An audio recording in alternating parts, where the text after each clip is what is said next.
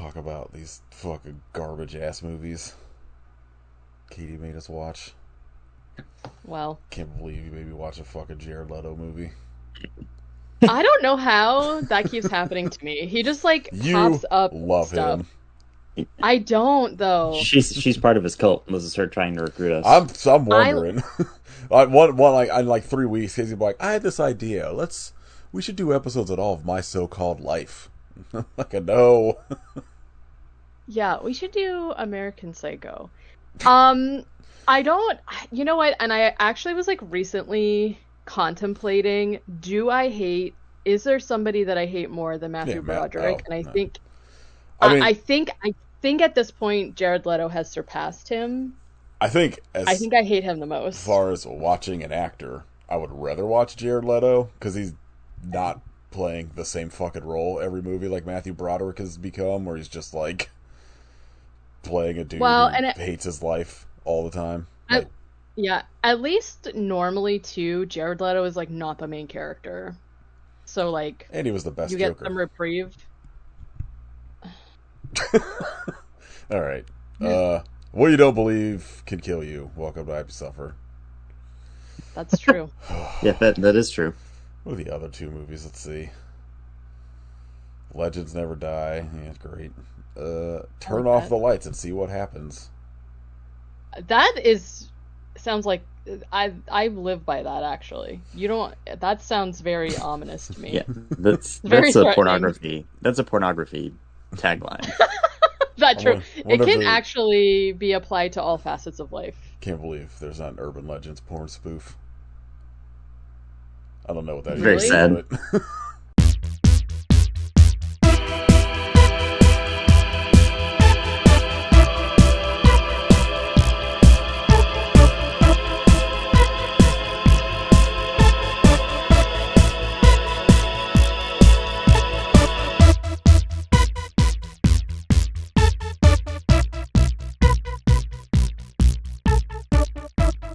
But this is episode 352 of IP Suffer. I'm what's the dog's name in Urban Legend that gets microwaved?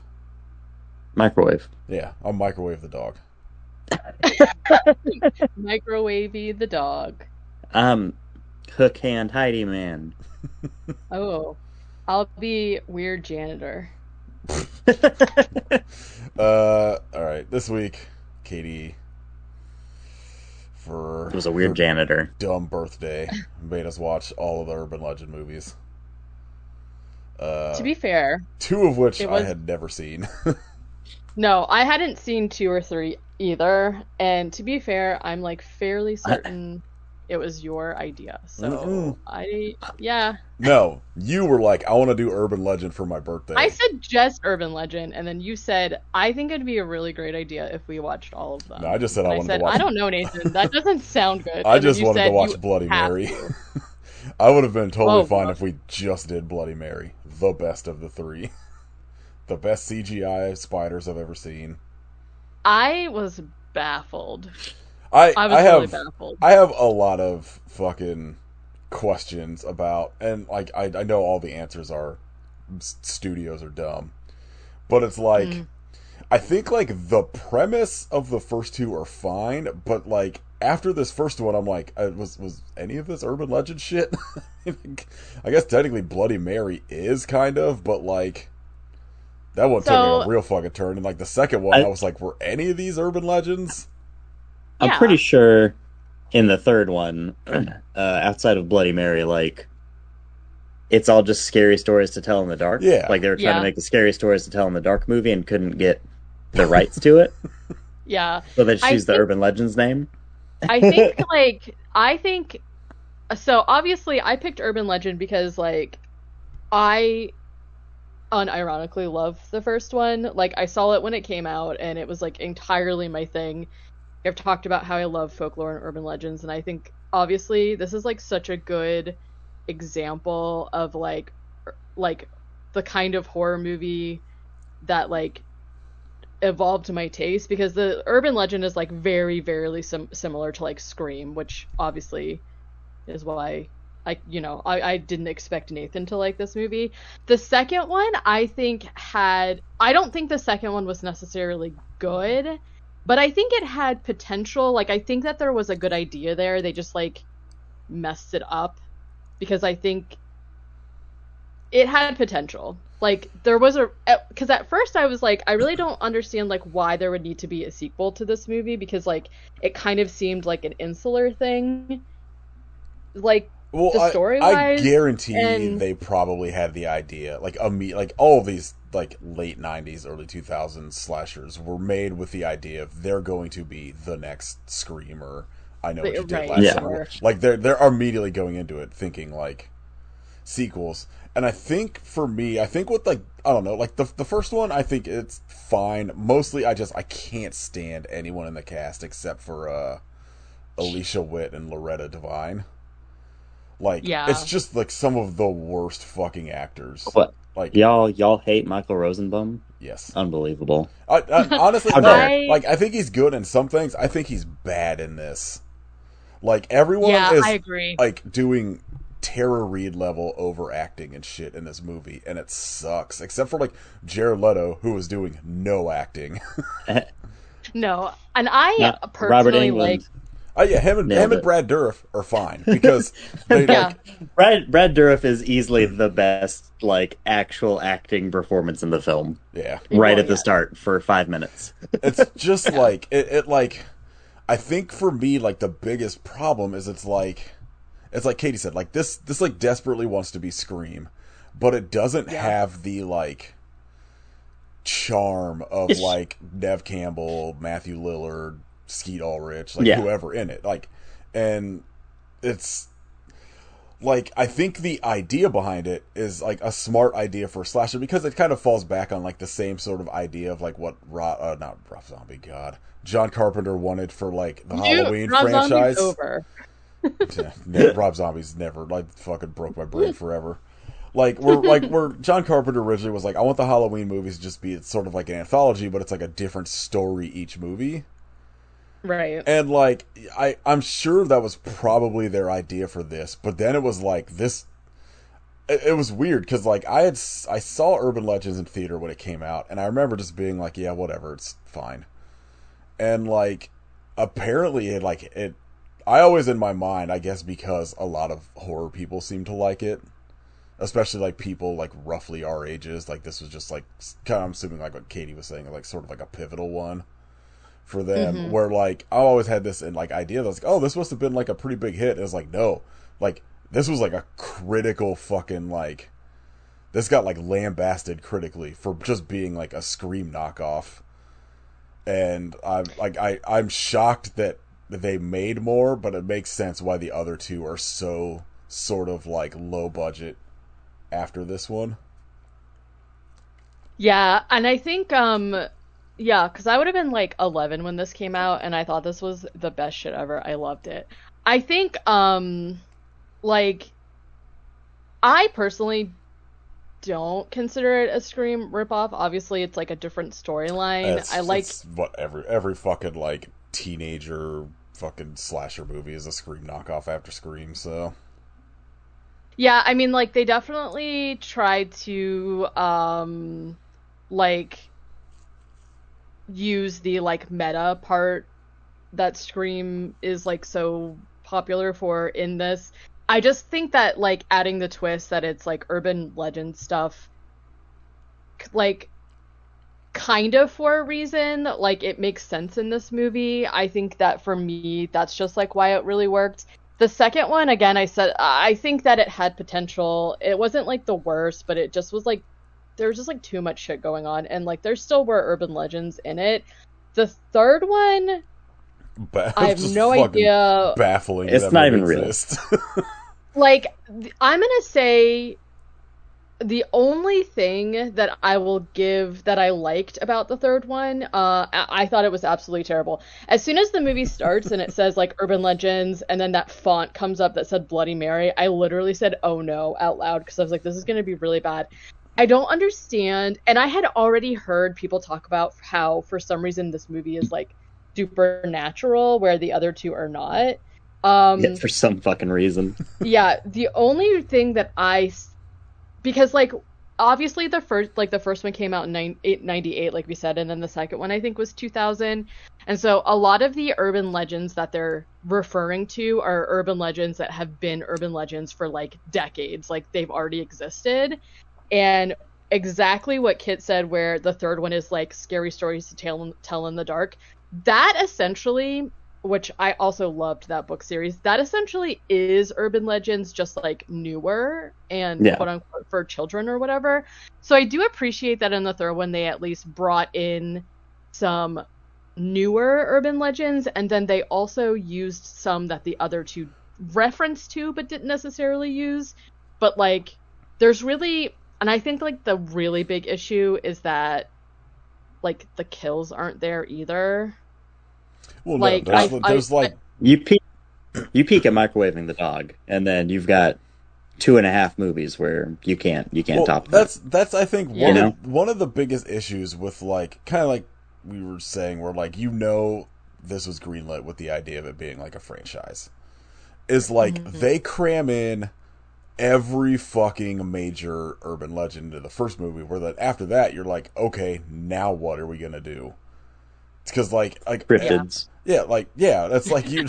I mean, I wish, but it's just one of those things. It's like the first one, there's so fucking many of them, even that like aren't the deaths that they just talk about. That like, by the time you get to the second one, I was just like, all right, well, I mean, like the only one I could like specifically remember being an urban legend is the idea of like what's they don't even actually do in the movie is that like one of the animatronics was actually like a real person on this ride or whatever, because there's like an actual urban legend about like we may have talked about it on one of the Are You Afraid of the Dark episodes, where like the guy was definitely have like stole a bunch of money from a carnival and they killed him and turned him into like one of the like, you know, supposed to be one of the like puppet things that pop out in like a ride or whatever, and like they kind of make reference to that in Final Cut, but like barely. Let's fucking talk about this first one. So what I did was I took regular notes on the first movie, so we can go through that, and then for the second two, I took literally just like a page about like the plot and then like notable things. So I want to know what notable things are in the third one. Well, it's not a lot, but it's essentially the director of Pet Cemetery and Madonna's Like a Prayer video. Fucking baffling that Amazing. That was Mary Lambert. I saw that and I was like so wait. shook when her name came up. I was like, girl, Right? What are you doing here? Apparently she's done a couple Christmas movies, Katie. And Halloween Town 2, Calabar's Revenge. That's a good one. And Mega Python versus Gatoroid. Yeah. I stand by Calabar's Revenge. Yeah, I do. How do you feel about the Gatoroid? You know, not strong opinions on it, unfortunately. They gave a gator hemorrhoids and had it fight a python. I mean, you know. It's just a python versus hemorrhoids. I'm in. I'd watch that. Gross. Okay. Could also be a porn film. Yeah. Easily. What did you say? Turn off the lights and see what happens? I mean, yeah. Need I say more? Python versus hemorrhoids. Turn off the lights and see what happens. Okay, so this movie, Urban Legend, begins with a girl driving at night. Oh my god, that's scary, right? She's listening to most of the people I have their movie name. Tara Reid, I just have Tara Reid. Ugh. I always forget she's in this movie, and then she pops up, and I'm like, oh god, here she comes. She's listening. She's such a bad actress. Like, yeah, I assume that her name in every movie is Tara, so she remembers that they're talking to her. It's that's fair. So funny because like I feel like the one shitty actress in Final Cut is supposed to be a Tara Reid-like character. Yeah. Oh yeah. So good. There's one thing that I do like that they do with her later that I'll talk about, but this is like one of those movies too where like I like this movie, obviously. Even though I said it's like quote unquote one of my favorites, like I don't watch it a ton. Um, but it's like one of those movies I feel like every time you watch it, you catch like different stuff. Like Nathan said, they really do just jam pack so much, like not only urban legends and things like that, but there's a lot of like homages to like other horror franchises in it. Other than, you know, Freddy Krueger, but there's like other stuff too. So there's like just a lot of shit to unpack here. But anyways, she's listening to, for some reason, Tara Reid. They're at college, okay? They're at Pendleton College, and Tara Reid has a radio show that broadcasts for the college, but it's like a sex radio show where people like call in and talk to her about like sex stuff. And I was like, okay. Sure. Her radio show sounds unlistenable. Oh, Yeah. like seriously. Anytime Rough. they show any part of it with her, I'm like, bleh. She, the girl who's driving, like almost wrecks or whatever. And you know, she's like, oh my God, freaks out. So then she just sings herself a song. I also have to say, like, obviously we have to talk about the soundtracks to these movies. Yeah, because this movie's got Cherry Papa Daddies in it. The best part of the movie. I was gonna say Fucking best I was gonna banger, bring it up. Toot Riot. Fucking absolute Zoot worst Suit band Riot. name of all time. Literally amazing. Hard disagree. That, Of course, Rob that- Zombie makes an appearance. I honestly don't remember any song in this except Zoot Suit Riot, because when that popped up, I was like, all right, I can give this movie a full star because of that.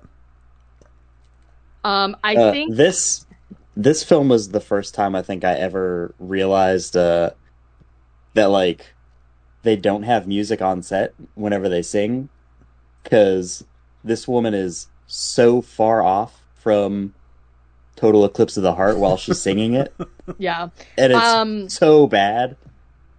I wrote, she almost wrecks, and then to calm herself down, she sings Total Eclipse of the Heart, and she's a great singer. Yeah, she's killing it. She sure is.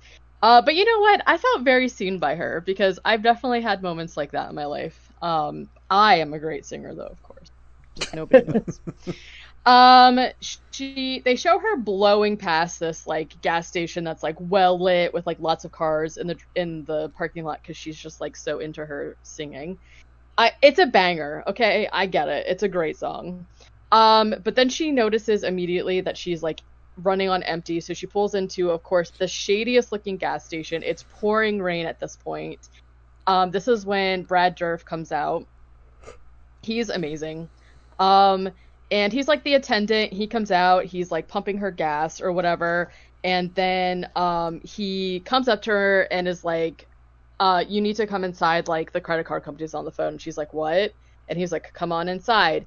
He has kind of like a difficult speech pattern going on, though, where like he can't really get words out, and so she's like, what are you talking about? And like she's creeped out by him. And so she ends up coming inside, but she's like really sus. And she goes to pick up the phone to like talk to the credit card company. And what is that? The say? phone's just not. It's like phone's not working or whatever. No. It's dead. I wrote that she calls him a freak show, which is not great. So she goes in there, yeah, she goes to answer the phone, and it's just the dial tone, so she immediately freaks out, and he is like trying to explain to her something, but instead she like pepper sprays him and like Them straight up. right in the face, and is like you know, like wrestling with him essentially, and he's trying to tell her like stop, calm down, but she's just freaking out, and she ends up like busting a window and escaping out of it, and then like zooming away in her car, and he runs out into the parking lot after her and yells very clearly, someone's in the back seat. Oh my God. Somebody then What a twist. yeah, she's like speeding away, and of course she's like starting to feel like, oh my God, I just escaped this really crazy situation, and then someone in the back seat axes her. How the fuck do you swing an axe from inside a car? I don't know, but she does it a lot. She's It's a very you know, spacious sedan. yeah. They don't make them like that anymore. I think that part of the reason I like this movie a lot too is that like maybe it's just like I don't know. Maybe it's just like a safety thing, but there's like a lot of these things that I remember hearing about, not necessarily as like, oh, this is an urban legend. It's like whatever, but as like a safety thing, like make sure you're checking the back of your car to make sure that there's like nobody in there. And then there's something that happens later in this movie that I have been terrified will happen to me. Is it being microwaved? Yes, it is. Um, so I don't know. This opening of the movie, like I really like. I think it's like a great setting for like what's gonna happen. So now we're at the university. We meet the main characters who are Parker, which as we said is Michael Rosenbaum. Again, I agree with Nathan though. I think he's just like not. I don't know he to me feels like he is channeling like a Jamie Kennedy kind of thing, and I don't appreciate it. Everyone in this is like overacting, and then you have Jared Leto barely acting, and it's just like I don't know. I feel like everyone, at least out of like Jared Leto is just like wide-eyed staring right into the camera. It's the whole time. he's You're like, put those things away, it's okay? fucking baffling to me that he had any sort of career outside of like the fact that like his looks in like the 90s, because like he is the worst in everything I've ever seen him in. Small aside. Has anyone been named Parker after 1998? Probably. I don't think. I think it's a name we left in the 90s. So, and if it's not, we should have. Parker did come back, but as specifically a girl's name. That's fine. I feel like the only Parkers I can think of are like Parker Posey and Parker Posey. Yeah. Parker was like she earned it, okay? Yeah. Definitely. The only acceptable Parker. That's right. And Peter Parker, of course, but he's not real. That's the last name. True. That's fair. Man, I'm looking at Jared Leto's fucking filmography, and woof. Yeah. Like, I feel like Fight Club is maybe the only movie of his that I have, like, rated relatively high. It's because he gets the shit kicked out of him. Yeah. Anything that he gets beat up or killed, I'm kind of here to see it. But this one, he's just, like, really insufferable because he's like on the school paper, like a university paper, but for some reason he acts like he's like writing for the New York Times or some shit. And I'm like, bro, get over yourself. Are you excited that he's gonna be in the new Tron movie? Oh no, is he really? Yeah. He's Dave Tron. He's also in Post Malone's Malone's Runaway concert film. Oh, okay. I thought you were going to say Post Malone is also in Tron. I was like, what the fuck is happening? Should be. Right? Maybe it's turning back around. Oh, Jared Leto's the main star of the new Tron. Why? Who? He also did the soundtrack. He plays Ares in Tron Ares. So. Evan Peters is in it. He stole a Daft Punk mask. I'm so confused. I'm conflicted. You're gonna see it. They gave him Jeff Bridges' beard. Jeff Bridges is also in it, but he's... What the fuck? Is he CG? That's the plot. He stole Jeff Bridges' beard, so they've got to go into Tron and get it back, or whatever the fuck those movies are. Why are they doing this? Just make 3 more Morbius movies. What are you doing? Yeah. Kill him in Blade Runner again. What is the plot of this movie? I don't even know the plot of the original or the sequel. So the plot of the originals is that they go into the mainframe. Okay, that's all you need to know. Oh, so it's just the Matrix. Duh. Yep, it sure is. So, what? Oh, we meet Parker, who I just said. Brenda, who is Alicia Witt. No, wait. Brenda is Rebecca Gayheart. Yeah. I was gonna say earlier, I actually like her. I think. Oh God. I like her a lot. Her fucking villain acting at the end, and like I get it. She's supposed to be extra over the top. It's bad. Yeah. Spoilers.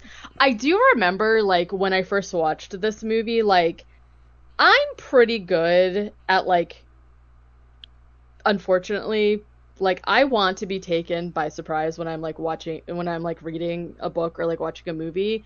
but I feel like a lot of times, like, I've already figured out the ending and I'm like, okay, stupid. When I first saw this, I did not see it coming. So maybe that's part of why it's like Well, no, I high think up there that's for me. I think like one like that's probably why she took this role, and Yeah. like, but also why she was cast, because she was like huge at the time as like, I forget what like company she was like doing like model commercials for and Yeah. shit.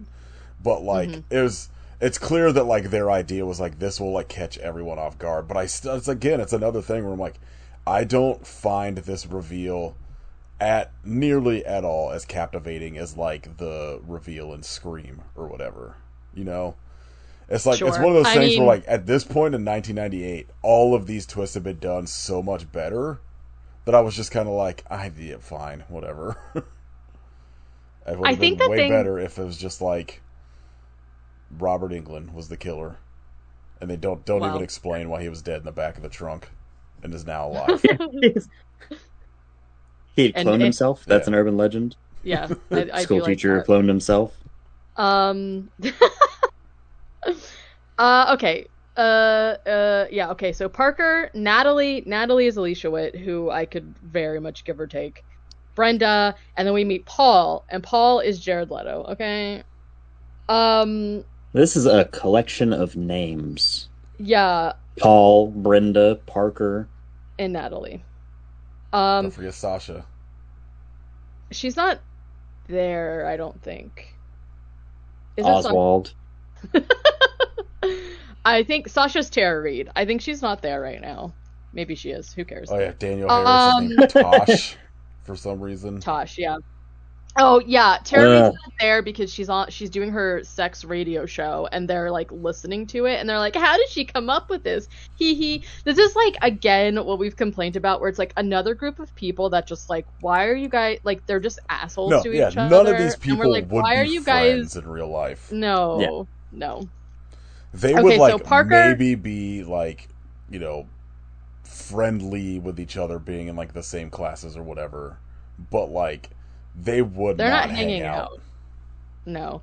Especially like, okay, we'll get to it. Okay, so Parker then is telling a urban legend about the school that they are currently at, which is that a professor basically, for no reason, I guess, snaps, and he walks down this like this dorm floor, and he knocks on the door, and then whenever somebody answers, he just decides to kill them. And that's sort of, it's not really like an urban legend, but there have been like serial killers where like that was a thing. Like that was very much a thing for what's the goat guy, Richard Ramirez. Yeah, he would like, yeah, people said he smelled like a goat, so I call him the goat guy. He would just like try the last thing I would associate with Richard Ramirez. He would just like try and open someone's door, and then if the door was unlocked, he'd be like, oh, okay, well, you deserve to die then. So like that, I think, is what they're pulling that off of, or whatever, that kind of thing. But anyways, whatever student answers, he would just kill them, and then the professor ends up dying by suicide, and it's like a legend there because like everybody is talking about how it happened, but none of the staff will acknowledge that it happened. They're basically like covering it up or whatever. But then they show the dorm, like the whole dorm building is like boarded up and dilapidated. So like I don't really know how well they're covering it up, because like why else would that not be in use anymore? I don't know. But it is like the anniversary of when this massacre supposedly happen, so the frat house is going to have a party to commemorate it. This has to be like the most used trope in like slasher movies, of like here's a thing that like this like, you know, rumored mass slaughter of people that happened in our town. It's the 25th anniversary. Like, yeah. I like I can't. I'm the one specifically coming to mind, I guess, is like My Bloody Valentine. Specifically, it's the only good use of it. Like, I feel like this happens in like almost every slasher movie at this point. Yeah, and I feel like a lot of them do use like anniversaries of things to like Just, but I don't know. I mean, yeah. It Um, makes sense. I'm gonna kill a bunch of people on an anniversary, you know? yeah. Like, Oh, it's been 10 years. I might as well, right? Like, why I'm gonna not? make a slasher, and I'm gonna be like, the killer's gonna be celebrating the like 3 week anniversary. yeah. Yeah, exactly. The massacre is 3 days and 14 hours old today, so let's just. So, oh, I wrote, yeah, Paul gets a text and he's like, "That's the newsroom. Gotta go." I was like, "Fucking chill." Again, you work for a newspaper at a college, all right, bro? A college that no one's ever heard of, so let's chill. Um, Brenda basically is like talking to Natalie about how she's got a crush on Paul. Ugh.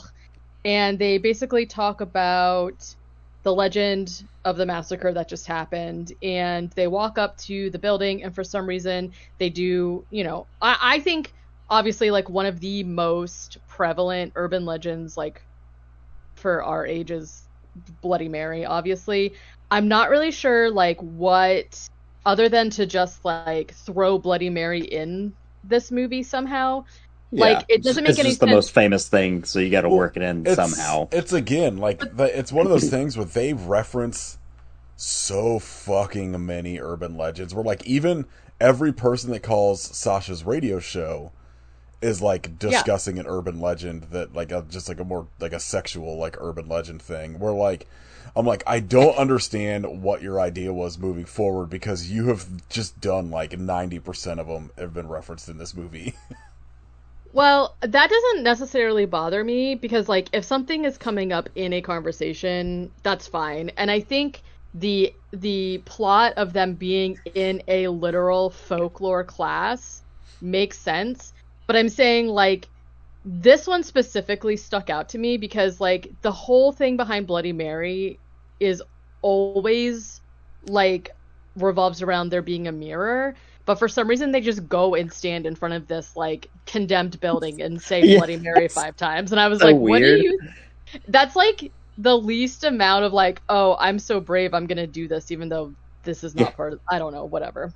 I'm gonna do it in the parking lot, staring at the night air. Yeah, literally. Damn. Look, what um is the sky that other than is the the mirror. world's mirror? Yeah, Yeah. maybe that's the Big, ocean. big Bloody Mary. Yeah. She could get you anywhere.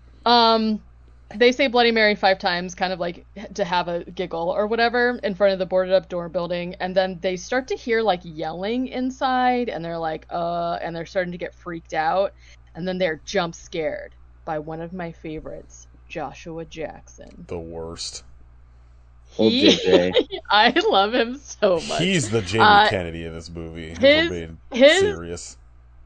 Yeah, he plays like kind of a gross dickbag. His name is Damon in this. He is like quintessential 1998 guy where he's got like the bleachest, blondest hair ever, but then like the darkest eyebrows you've ever seen in your life. Oh, you know this dude And would have been fucking stoked to hear Zoot Suit Riot at that party if he didn't get killed before. Yeah. definitely. 100%. So this is like another thing where like so basically they're like he scares them and they're like stop it, we're whatever, and then he's like, okay, see you at class tomorrow or whatever. So now we've established they all have this class together. Natalie goes into her dorm where she is also jump scared by me, the creepy janitor. I was like, I will wait, say what? You're in this movie? I'm there, the creepy janitor. I'm just gonna say like there's a lot of jump scares and there's a lot of like red herrings essentially, but like that's kind of the name of the game here. And it's like this guy, right? She she basically goes into her dorm room where we meet Tosh, who is her goth roommate, who is Danielle Harris, and she basically is just like this goth girl on campus who likes to hook up on Goth for Goth. Yeah, do like, lithium. who doesn't, right? And do lithium and chain smoke inside her room and chat rooms or whatever. I was one of the trivia things I read is that like she was a smoker in real life and she was stoked to be able to like smoke on camera until she realized she had to be smoking constantly. And Yeah. so like that, and then I guess there was a thing where like Rebecca Gayhard got like super ill from having to eat so many fucking Pop Rocks. in like that one That's scene. hilarious. I'm like, you know, you didn't have to actually eat those, right? That could have just been empty with the sound effect put in afterwards. Right. Also, how many takes? Whatever. Um.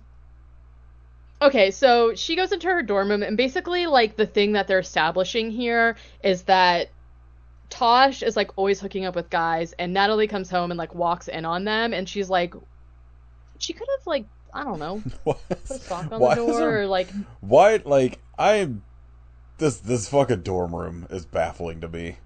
Where I'm like, it's like I yeah. know there are dorm rooms that are just like one big room with like a, you know, maybe a bathroom, but usually the bathroom might be like a communal one in the hall.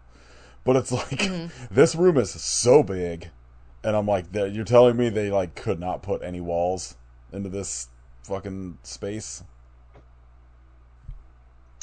Yeah, I don't know. So, The movie's falling apart so left she and right.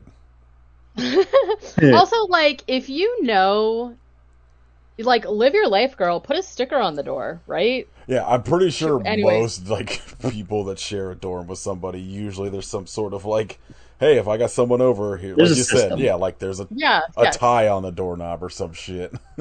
anything, yeah. Um, I think they like it. I think this is just a game to them. Where like I she think likes I think getting so walked too. in on, and she likes walking in on them. I think so. I think so. They just haven't like had that conversation yet. So they're just like playing this little game or whatever. So, but essentially like, you know, she walks in on there and then she's like yells at her to turn off the light, and so Natalie's just like, "Geez, sorry." And she just like puts on her headphones and goes to sleep. Those And headphones so look like wildly uncomfortable to be laying down on. also they kind of like play the music that she's listening to softly, and it doesn't sound loud enough to like cover up whatever's going on out there, but it's fine. Um so Okay, so now the next day they're in their folklore class, which is being taught by Freddy Krueger, and he is teaching them about urban legends. Um, he's basically telling us that urban legends are stories from folklore, which, you know, quote unquote old wives' tales, whatever, that are told as if they were a true story. And the example that he gives us is the babysitter story, which is like the call is coming from inside the house, right? That's like a really also common one. There's a lot of like horror movies that are like centered around this idea too, which don't like it either if it happened to me. I guess technically can't really happen now because like landlines aren't really much of a thing, but whatever. um Brenda and Natalie are just like having a joke about all of this or whatever. And so Freddy Krueger asks Brenda to come up on the stage and do a presentation or like a demonstration for him, which is that he gives her some pop rocks. And he's like, "Do you know what these are?" And she's like, "Yeah, pop rocks." She opens the pop rocks, she takes some, and then he's like, "Here you go. Why don't you wash it down with this Pepsi?" I'm, Love the product placement here. She is like real sus and she doesn't want to do it. He's like, "Why not?" And she's like, well, I'm pretty sure that if you eat Pop Rocks and then drink soda, your stomach will explode." And he's like, "How come?" And she's basically just like, "Oh yeah, there was this like yeah, Mikey boy from from a Life Cereal. commercial named Little Mikey, yeah, and he that happened to him and he died." And then Freddy Krueger is essentially just like, "Yeah, okay, here's a picture of him though. He's totally fine. This is a totally made up story. It's not real at all." And she's like, "Okay." And he's like, "Do you want to try it now?" And she's like, "No." And I'm like, "You know what? Me neither. Better safe than sorry." It doesn't even sound Like, like more than like just outside of the like the dumb urban legend thing. It doesn't sound like it would taste good. no, because No. Pop Rocks are normally well, yeah, yeah. Especially because I didn't look that closely, but it looked to me like she was having blue raspberry Pop Rocks, which like blue raspberry Pop Rocks, and then a Pepsi sounds Bad. gross to me.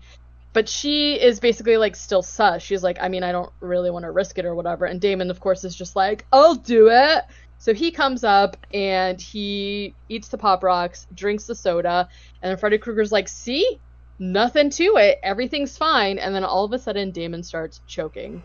And he convulses and falls down, and he's like spitting up gross Pop Rock fluid and Pepsi and whatnot, and they're like, "Oh my God, call 911, call an ambulance or whatever," and then he's just like, "Hee hee, JK, guys." He opens his eyes and is like, you know, I'm so what a What a rascal, scamp. you know, he's just fooling, yeah.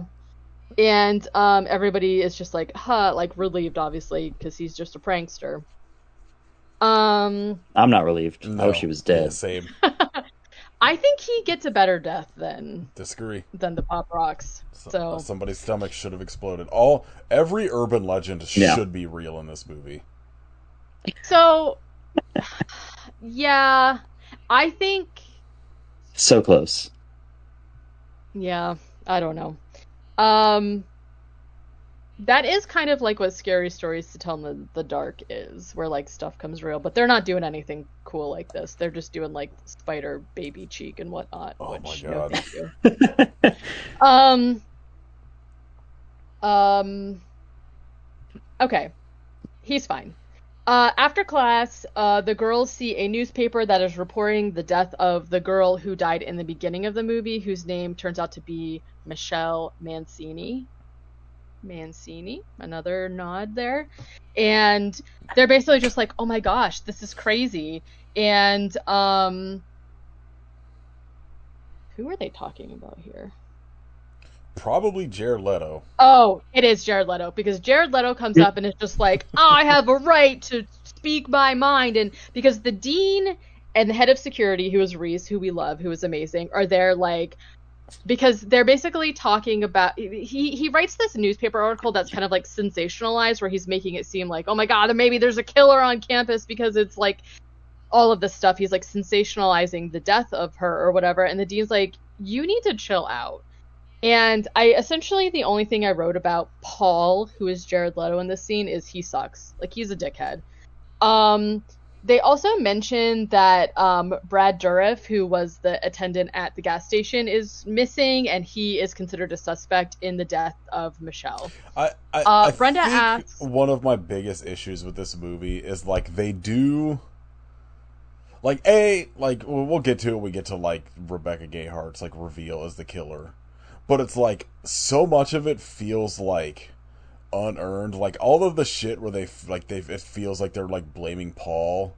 I feel like, or like trying to make you think it's gonna be Paul, feels so like forced in it that by the time you get to like the reveal at the end, I was like, this is dumb. Like all of the shit with him, I don't know if it's because he's just such a shitty actor that it just doesn't work for me, but like it feels so like heavy-handed to being like, well, clearly it's this guy.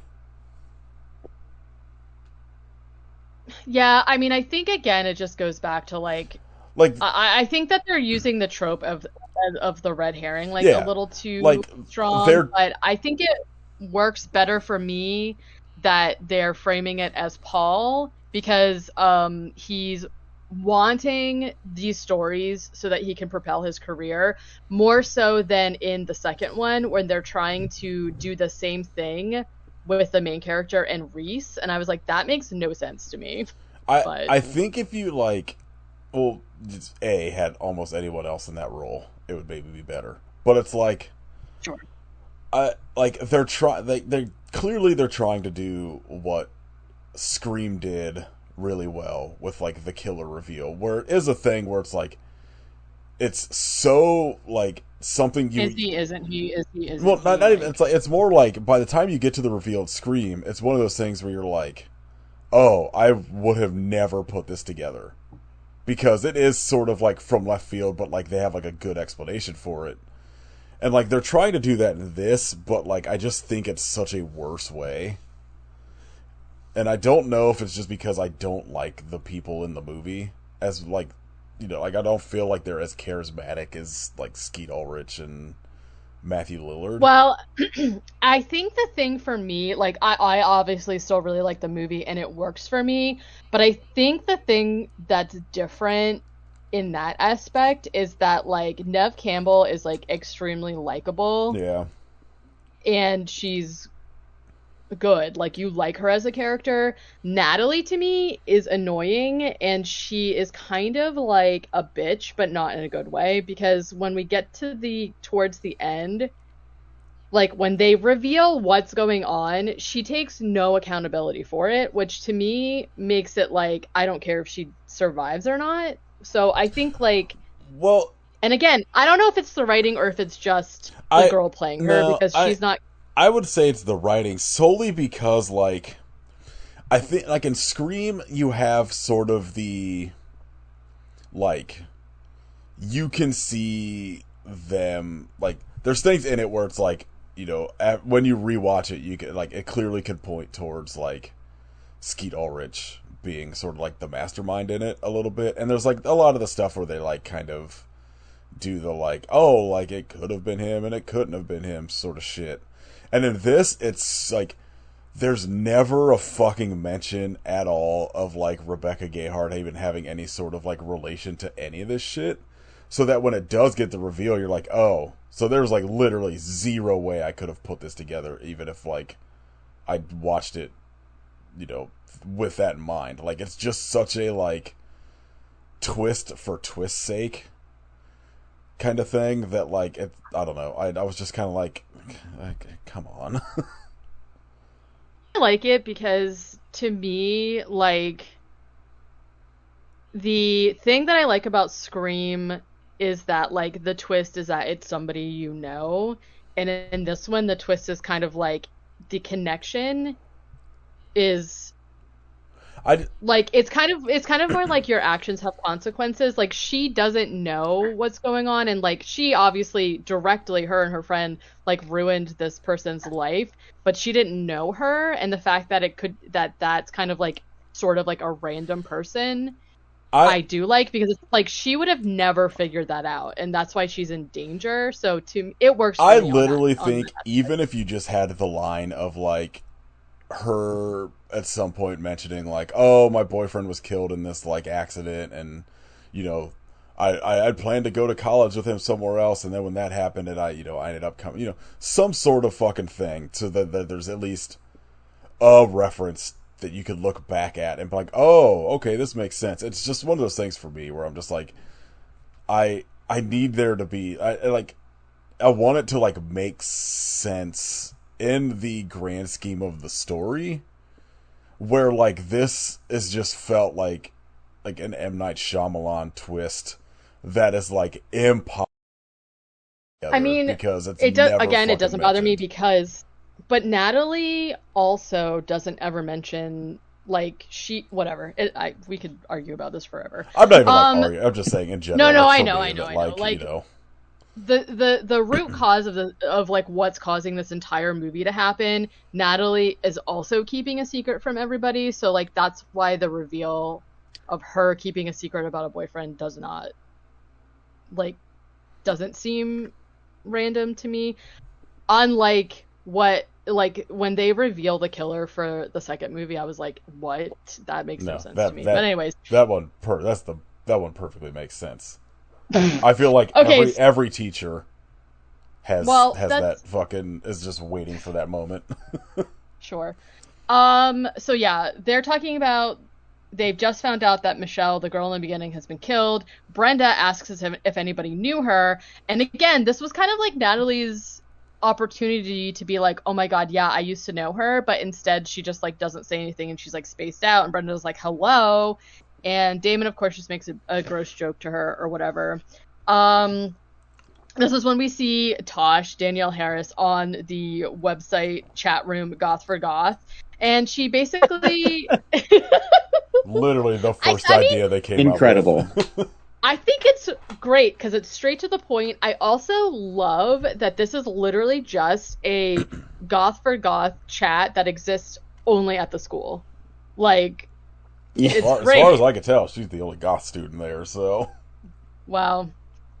True, because so Natalie comes in and, like, sees her, trying to find a hot goth, which, like, who doesn't want a hot goth, right? Natalie, finds Tosh's prescription for lithium, and I was like, okay, dumb. But basically, This is again one thing that I love in movies that's like so antiquated now is that Natalie is trying to make a phone call, so Tosh has to get off of the computer, and Tosh is really pissed off about it, which, you know, I don't mind. Natalie listens to her phone messages.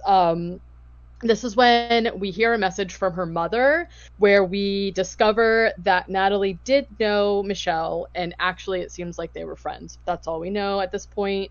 Damon comes and invites Natalie to hang out. He's like, do you want to go to this frat party? And she's like, no. And he's like, okay, well, you know, why don't we just like go and talk? Like, don't tell anybody on campus, but I'm actually a really nice guy. He says he's a really good listener. And he's a good listener. This is a meta joke that I love, which is that they get in the car and he turns on the radio and the Dawson's Creek theme song starts playing. Terrible. And he's like, incredible. Gross. I agree. Incredible. Love it. Then basically they drive off to like, you know, like a quote unquote lover's lane kind of thing. To Dawson's Creek. Yeah. To Dawson's Creek. Exactly. Natalie admits to Damon that she knew Michelle. And she's like, obviously very sad about it. And so Damon, in order to try and seem like he's really sensitive, I guess, I don't know, says like, I understand loss because my girlfriend died of a syndrome. And he's just like saying nonsense to try and get sympathy from her and like seduce her essentially. But Natalie is like not into it. And she ends up punching him, rightfully so. He is basically just like, okay, whatever. And she's like, I want to go back to campus. And he's like, all right, let me just go, drain the lizard first, and then we'll get gone. So he goes into the woods to do that. While he's doing that, somebody comes up behind him with a rope and like, chokes him out. It goes on for a little while, and so Natalie gets out of the car and she's like looking for him, where she comes face to face with the killer. The killer in this movie wears a black jacket with like a fuzzy hood, it's a big and the parka. hood is up.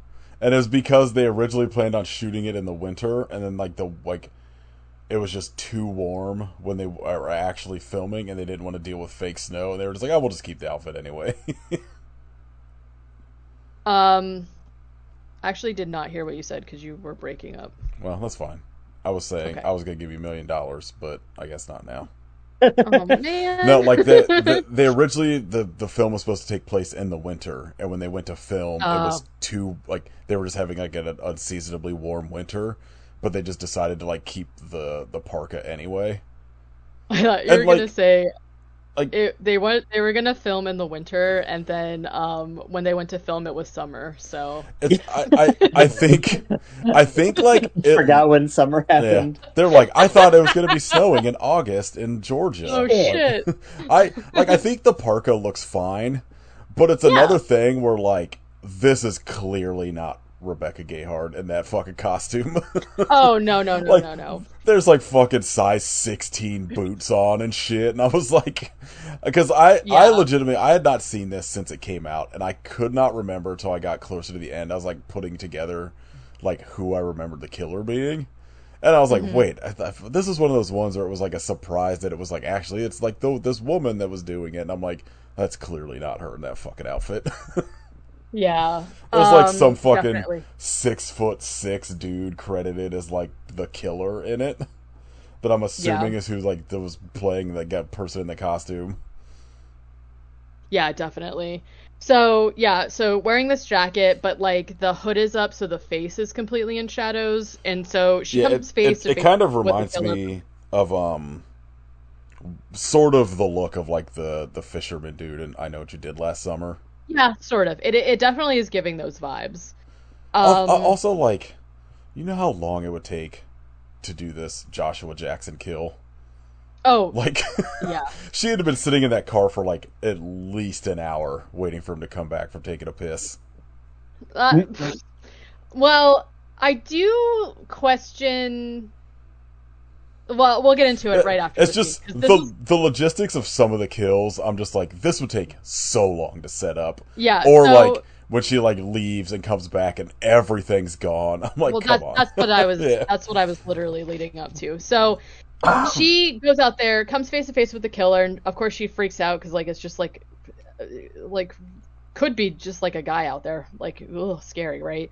So she gets back in the car, and she's like, I don't know, in the driver's seat or whatever, and she starts to hear like banging and squeaking on the roof of the car, and like she obviously at this point thinks that that's the killer like doing something or whatever, and so she's like freaking out. It kind of like pans up from inside the car, and we find out what's making the noise is Damon's shoes, because he is being hung from the a tree that's above it, and it's like the toes of his shoes are the only thing keeping him from like strangling essentially, but it's like, you know, I don't know, it's the roof of a car, so he's like squeaking his little Adidas around and whatnot. But it scares her, so she floors it, which like hoists him up into the air and essentially like breaks his neck and kills him. The killer is like in front of the car now, so this I do in essence like this scene a lot. Like I like this urban legend, but when you start to think about the logistics of it, it doesn't make a lot of sense, because number one, Natalie hits the killer with the car. The killer stands up on top of it and starts stomping in the windshield. She reverses the car, and the killer like falls. We see in the very next scene, you know, obviously we've already spoiled that the killer is Brenda. We see Brenda sitting there. She's fine. She doesn't have a limp. She hasn't been hurt at all after having been hit by a car, right? So like that's logistically weird. But she reverses, and the killer falls and like disappears or whatever, and she's reversed so far that the rope holding Damon's body basically slacks, and his dead body just like crashes down on top of the car, and she's, you know, he's dead. Like I don't know how far from campus they've been, but it's weird to me that she like runs back to campus. She busts into Reese's office. Reese is watching Foxy Brown. I don't know what the actual thing is called, but she's like obsessed with Foxy Brown. And who isn't? And I mean, honestly. And she tells Reese, like, you know, my friend is dead, essentially. And so Reese drives her back to the site, and the car and Damon's body are completely gone, which like there are tire tracks in the mud, so right, it doesn't necessarily look like nothing happened, but I'm just like, could the car, I don't know, again, logistically, like where, how, what, where, when, why, like I guess technically it probably took Natalie a while to run from being in the woods to campus and back, but like I don't know, it's giving crabs and body in the trunk of, yeah. I know we did last summer, and then they're gone, but no one's seen, right? Whatever. Reese's character is so funny to me, because by the time you get to the second movie, and like there's like, I'm like, wouldn't you believe these students over anything else after what you experienced in the first movie? After what just happened, like, yeah. She's right. kind of like shitty to like until the like, I didn't say I saw her come out of the building or whatever. Yeah, and I was just like, yeah. The entire second movie, I'm like, come on, you know better than this. Yeah. And she's the one the that best like part of this movie. She really is. I love her. So, basically, Natalie, this is kind of also just like serving to make everybody else think that Natalie is an unreliable witness, right? Because she's telling everybody that she saw Damon's dead body, she touched him, he was dead. And the friends are just like, he was just pulling another prank. I'm like, if you're known for pranks this elaborate, wow. Because they're just like, yeah, it was just a prank, and also he told me he was going on a snowboarding trip, so don't even worry about it. I wrote, he brings up urban legend. I think it's the one we were just talking about. There's also one that they have not done in any of the movies that is very similar to the squeaky shoes on the roof or whatever. It's like a Lover's Lane thing, but it's like a hook hand, like a hook on the door. No, they've done that. Not like these specifically, but I've seen that. I meant specifically these, and I was like, weird, but maybe again they were trying not to do like the. I feel like the. Yeah, that would be too visually. Yeah, too similar to what you did last summer, I think. But it's a variation, right? Like that's like the whole thing about urban legends is that they're all based on maybe one story, and then it like evolves over time or whatever. Natalie brings up Michelle's death, and this is when she starts to basically like figure out that the killer is using urban legend stories to like kill people, and their friends are just like, haha, you're fucking stupid. And then there's like this whole scene where like Natalie is creeped out in the library. Tara Reid comes up. Oh, I laughed so hard because Natalie finds this book and it's just called The Encyclopedia of Urban Legends. I was like, great. I bet that's a real thing. It might be. Tara Reid comes up and she's got the Kama Sutra. Haha. This is when they're looking through the book of urban legends, and they tell the story about what they call the High Beam Gang. And like essentially, if you have never seen this movie or you've never actually heard of it, it's essentially just like one person is like driving down the road at night with no lights on, and when somebody else passes them, they flash their lights to be like, hey, dummy, your lights are off. And then for some reason, that person trying to be like a good citizen, you basically like chase them down. Well, the urban legends that it's like a gang initiation that you have to like right kill this person to get in the gang. But I've also like I feel like I remember hearing like different versions of that in like Ohio, where it was just like, you know, more of a ghost story than anything else. Yeah, me too, actually. The Midwest, nightmare. Yeah, definitely. So, you know, as, you know, and like Natalie seems like visibly upset about them like reading this like urban legend together or whatever. Meanwhile, Tosh is in her goth for goth IM chat. She's chatting with a goth guy, and she's basically like, you know, like, do you want to hook up, like whatever. And she's like, okay, I'm gonna go get ready, what room are you in? So she sends that text, or IM. Then she goes into the bathroom and like primps or whatever, and when she comes back, she sees that the person has replied to what room they're in by saying yours. And for some reason it's flashing on screen. Dun, dun. Yeah, I'm classic like, chat room what behavior. What in the what just flashing? Exactly. I was like, what in the HTTP is going on here? What in the MLS? But anyways, it's like a great reveal because she sits down and she sees like, I'm in your room or whatever, and then she is immediately attacked by the killer. She's like struggling for a little bit, right? While this is happening, Natalie comes into the dorm, and of course thinks that this is just like every other time she's walked in on Tosh having sex, and Tosh is though like trying to say her name, and like I feel it's like pretty obvious that this is like not standard, because like she's trying, I don't know, whatever. Yeah, I have a lot of questions like, about like what kind of sex noises she was making every other time, that like anything happening now is like remotely familiar to Natalie. Right. So, and it's like interesting to me too, because when Natalie's like walking up to the dorm, somebody walks by and makes a comment like, oh, she's got a guy in there again. And I was just like, is this normal to everybody? Or like, I don't know. I just feel like more could have been done for her. I saw somebody in the middle of this like very hot summer go in wearing a huge parka. Yeah. Those fucking crazy goths. Yep, exactly. Yeah. And so she's like trying to ask for help or whatever, but Natalie's immediately like, don't worry, I won't turn the lights on or whatever. And she just like goes to bed as Tosh is being murdered. Puts on the most 90s Paula Cole sounding CD I've ever heard to go to sleep to. Yeah. Going to sleep with a portable CD player and those fucking big ass headphones seems bad.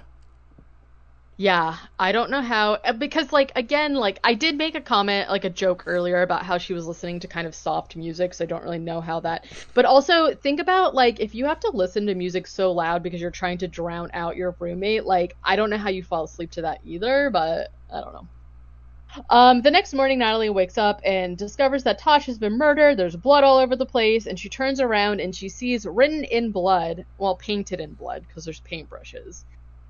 Aren't you glad you didn't turn on the light? There, in no fucking scenario would this bitch not be arrested immediately. Right? Yeah. Like, number one suspect. And also, the question I have about this scene is that the lettering is written on the wall, like above Natalie's bed. So the killer would have had to like climb on her bed to like paint in blood over her bed. I don't know, whatever. The dean and Reese basically are, talking to Natalie about what happened, and they just basically are trying to say that Tosh died by suicide because she was manic depressive. And Natalie is like, huh? Yeah, no? And they're just like, don't even worry about it, it's fine. Paul shows up, and he's, of course, sleazy, and is, like, trying to interview about, Natalie thinks that he's trying to interview about Tosh's death, and she's like, I'm not going to make a statement about that. And he's like, oh, no, actually, I was, wanting to know, if I could talk to you about how you know Michelle. And Natalie's just like, leave me alone, everyone's being murdered. And he's like, okay, I guess. Fair. Right? And... Oh, okay, so she basically decides that, like, okay, she's gonna, like, start talking to him a little bit about what's going on, because he's kind of, like, not been present a lot. Like, he definitely is not a part of their, like, main friend group or whatever, so he just kind of, like, shows up and fades into the distance or whatever. And so she shows him the Encyclopedia of Urban Legends, and basically is like, listen, there's a serial killer who is killing based on urban legends. And Paul is just like, okay, but, like, why is this all happening now? And that's when she says, oh, it's the 25th anniversary of the Stanley Hall massacre. And they're like, okay. Still doesn't make a lot of sense, but that's the only thing she can pick up, I guess. In the grand scheme of things, none of this makes sense when you put it together. That, like, this is just another like dumb red herring where that makes no sense in the actual like grand scheme of the story. Well, okay, so they basically decide, like, we need to figure out what happened because nobody is willing to talk about if this was real or not. They go to ask me, the creepy janitor, like, you were here then, what happened? And he basically, like, doesn't want to say anything, but he says, you need to go talk to Freddy Krueger. I say, go talk to Freddy Krueger. So they're like, okay. So they go to talk to Freddy Krueger. He's not in his office. They break in, and they're rummaging around his stuff. In his closet, they find the killer's coat, quote unquote, the killer's coat, and also an axe, which we know has been used for murder. And a bear trap. Then... that never comes into play. He's got a lot of weird used stuff for bear in his murder. office, like, obviously, yeah. Yeah, there's an entire that's bear version that's a of this different movie. story. Yeah, exactly. They go to the dean and accuse Freddy Krueger of killing the students, and the dean is basically just like, I'm too fucking old for this shit. Like, I don't know. And then Jared Leto, I think, says, why don't you tell us about the Stanley Hall massacre? Like, as if this dean owes them anything. Like, they're in trouble, right? I don't know. Because they broke into Freddy Krueger's office and he catches them. The dean basically then is just like, you guys need to shut up, because Natalie exposes that Natalie has been on parole for reckless endangerment before. So she was on parole for a felony, essentially. And also, which this scene is so funny to me, because he's like, Natalie, we find out, obviously, right, that reckless endangerment meant killing a person, and he's basically just like, you had criminal charges against you, so maybe you could shut up. Also, Paul, you're fired from the paper. Yeah, like, as if those things are at all on the same level. Paul, of course, is devastated by this. Then there's kind of like another red herring scene where Natalie goes to find Brenda, who is swimming, and there's a lot of scenes in this movie and the second movie where, like, somebody is standing behind glass watching somebody else either almost get murdered or get murdered. And so, like, this is one of those where she's, like, upstairs looking down into the gym and Brenda's swimming laps, and then the killer comes in.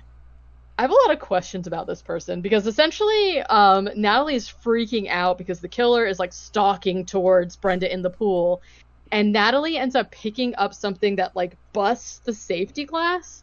And when Brenda and the killer look up, it's just like another swimmer who like takes off her hood and like looks up, and I was like, why were you Again, why? why? Like, every other time someone's outside, they seem to just be in, like, regular clothes. How is no one concerned Right. that they keep seeing these people in fucking big-ass winter parkas?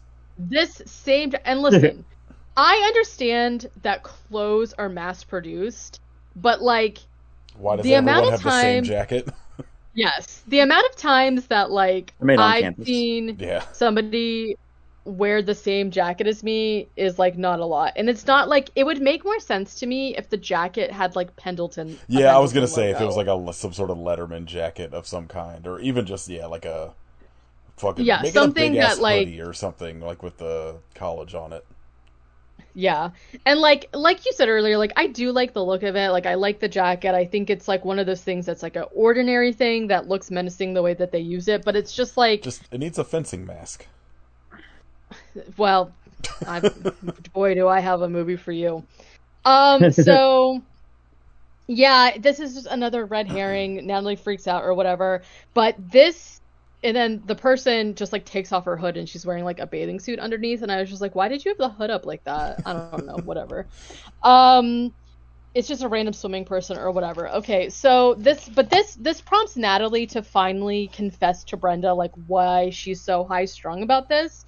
And she basically tells Brenda that she used to be best friends with Michelle, and one night they were driving and they did the high beam gang initiation for whatever reason, and they ended up running the driver of the other car off the road, and the driver was a man who they killed. And she basically was just like, you know, I don't really understand this. I guess maybe they were minors, like I don't actually know, but they essentially just got off with probation because of this. And then Natalie is like crying and she's just like, I don't know, I just never forgave her. And I was like, girl, you were in the car too. What do you mean? You didn't do anything to try and stop her. Like, she was like, let's do this thing. And you were like, yeah, and it's her fault. Like, that's where it like takes a turn for me, where I'm just like, All of I don't this like, seems like so much work for revenge when you yeah, could have just killed her, like, immediately. she wanted her So scared. many moments you could have just stabbed her and just kept walking. Like, Yeah. So also like she really gets away with a lot of murders. oh, Like it's crazy. yeah. Like, But when then when you again, think it about it is in, like, real world terms, you're like, the police would have been all over this college campus, if not the first one, by the second murder. yeah, Nope, and they're like just they're just letting her collect all the corpses to Yeah. just throw about a house at the end. I mean, yeah, and I guess like this does very much seem like a culture where like like like because there are times when like the police do come and they're essentially just like wanting to take like the easiest road out by being like, oh yeah, like this student died by suicide, even though like obviously how could she have like done that and bled out the way she did in her bed, but also paint words on the wall? Like that doesn't make any sense.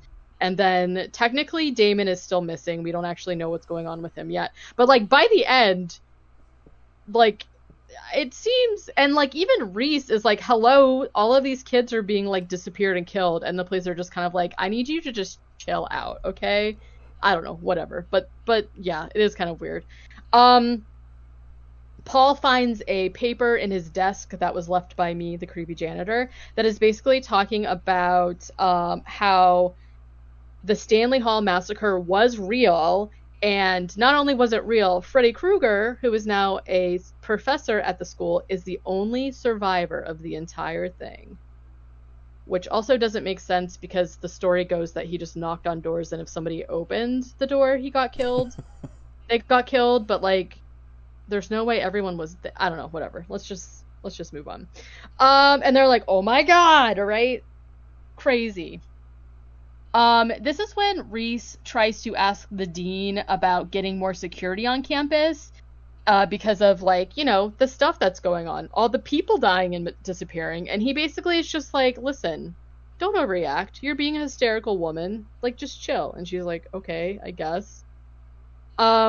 This is the scene I was talking about earlier that I am terrified of happening to me, which is that somebody is underneath his car and cuts his Achilles tendon. Yeah, no thank you. Woof. Ooh, I can like feel it. Ugh. Okay. Basically what ends up happening is that he gets run over by his own car and smashed onto like those spikes that prevent you from leaving a what's it called? Parking garage incorrectly. And so now he's dead. Good. At this point, I am like, well, why go after the dean? Like, he doesn't have anything to do with like the situations, right? And he also did not believe that what's happening needed to be escalated. So like, I don't really understand at this point like why he was targeted. Now we're at the frat party. None of what she does outside of like going after Natalie makes sense. Like, yeah, I'm not really sure about the dean, because like it makes sense to me if she's like taking out everybody in the immediate friend group because she's like trying to build that terror within but Natalie. None of these so people are friends. Let's be real. Well, no, and also like the whole point was to try and make Natalie realize that this is actually all about her and she's the target, and she just like never puts that together. So like, I don't know. However, okay. Maybe let's get there. So now we're at the frat party, you know, to commemorate the massacre that happened 25 years ago for whatever reason.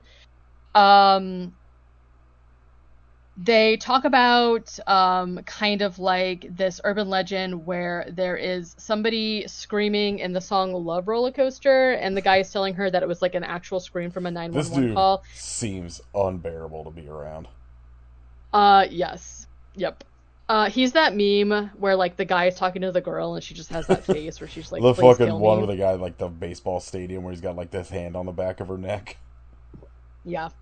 But I feel like that's another really common one for like, and that's essentially how Tara ends up dying. Basically, there being like a live recording or clips from like somebody actually dying, or even like a death being caught on film by accident. It's kind of like situation like that's a really big urban legend trope or whatever. So that's what they're talking about here. Paul shows Natalie the paper, which says, hey, Freddy Krueger was the only one that survived this massacre or whatever. And then Natalie, this is real fucked up, okay?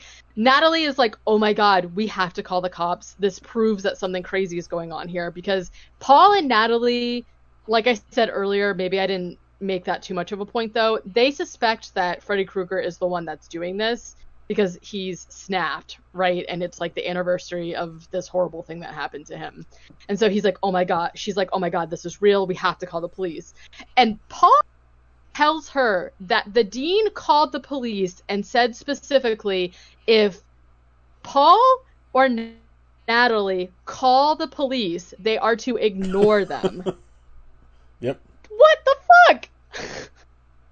That's I just was good like, deaning. They're right there. And good policing too, by the way. Like, what the fuck? Okay. So Natalie is scared, of course, at this point, and for some reason, this prompts Paul and her to kiss. Brenda walks in and is like, what the fuck, Natalie? Like, I told you I liked Paul. You know, you stupid bitch, or whatever. This is when I wrote Banger Zoot Suit Riot is playing. Ultimate party jam. Literally. It's not a party until the Zoot Suit's on, right? Who is R? Rebecca? Oh, Reese. There's no Rebecca. Ronald? Well, that Rebecca... Yes. Ronald McDonald goes to... So, Reese goes to Freddy Krueger's office because, like, he's also missing, right? And she's like, what the fuck? She goes and she slips in a lot of blood. There's a shit ton of blood, and I'm not really sure how she didn't see it before she was, like, ass deep in it. But she slips in it, right? This is when Paul and Natalie confront the rest of their friends and are like, you have to stop this party. There's somebody that's going around killing everybody, and it's not safe, right? And Parker is like an extreme asshole about it, and like that's why earlier I was saying like these people are very obviously not friends because Parker goes like real hard on how much like he doesn't believe what they're saying, right? And so they're basically just like, okay, this is not even worth it. So they leave. This is when Tara Reid is essentially like, oh, I have to go do my sex show. See you later, because her and Parker are dating. And Parker is just like, okay. God, what a This is bad when couple. Parker. Oh my god, I know, like literally the worst. Um, this is when Parker gets a call on his phone and he is talking to like the killer, right? And this is when he thinks that he is being babysittered by the killer, where like the call is coming from inside the house or whatever, and he's like, ho ho ho ho. And then she goes, wrong legend. This is the one where the old lady tries to dry her dog in the microwave. I don't like. Thing. Yeah. I feel like I mean I know the idea of like microwaving a pet or whatever, but I don't know if I've ever heard that where it's like an old lady was like, I want to dry this dog off. Yeah, I mean, I think if I was gonna say that I definitely think there was an urban legend that never happened, like this probably is one of them. But Parker freaks out, of course, because like throughout the movie, Parker has featured his dog, which I cannot believe I don't remember the dog's name because Hootie. that's normally my thing. Microwave. What? His name was Hootie. Hootie? Yeah. Oh yeah, you're right. Because they were earlier talking about how they were gonna pierce Hootie's ears. No, and they were Natalie gonna pierce was like, his nose. oh, his nose. And she's like, isn't he a dog? And Damon was like, yeah, but doesn't mean he can't be cool or look fly or some shit. You know how the kids are. Anyways, this dog is like his whole life. And so he freaks out and he goes downstairs. And when he opens the microwave, it's just gore. So I will say, I guess I should have said earlier, maybe like trigger warning for death of a dog, but like you don't actually see it. It's more just implied. I did see a dog And take a then- fucking beer bong though. It's a real Spuds That's- McKenzie shit. Yeah, that's just fun though. So after seeing this, he goes in the bathroom to throw up, of course, and he gets knocked out. And when he wakes up, he gets pop rocks and Drano-ed, and he dies because, like, obviously drinking Drano will kill you. Pop Yeah. rocks probably didn't help, but I constantly so- find empty bottles of Fabuloso at work that I assume some customer drank. definitely. It does, to be very fair, look like juice. Yeah, So it's- maybe they should do something about that. It looks like refreshing juice. At the radio station, Tara is doing her show. I do kind of like this scene because the camera is focused right in front of her face, and they show like the killer in the distance, like, so it's like a little blurry, come up and kill her like radio co-host guy or whatever, and then the power cuts out behind her and she turns around and there's like this whole thing where like the killer basically chases her through the radio station, but she's still got her like headset on, I guess, so everybody that's listening to that was listening to the channel is like listening to her get murdered. Drove essentially. me crazy.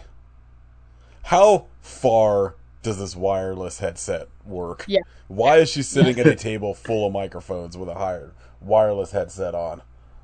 I agree.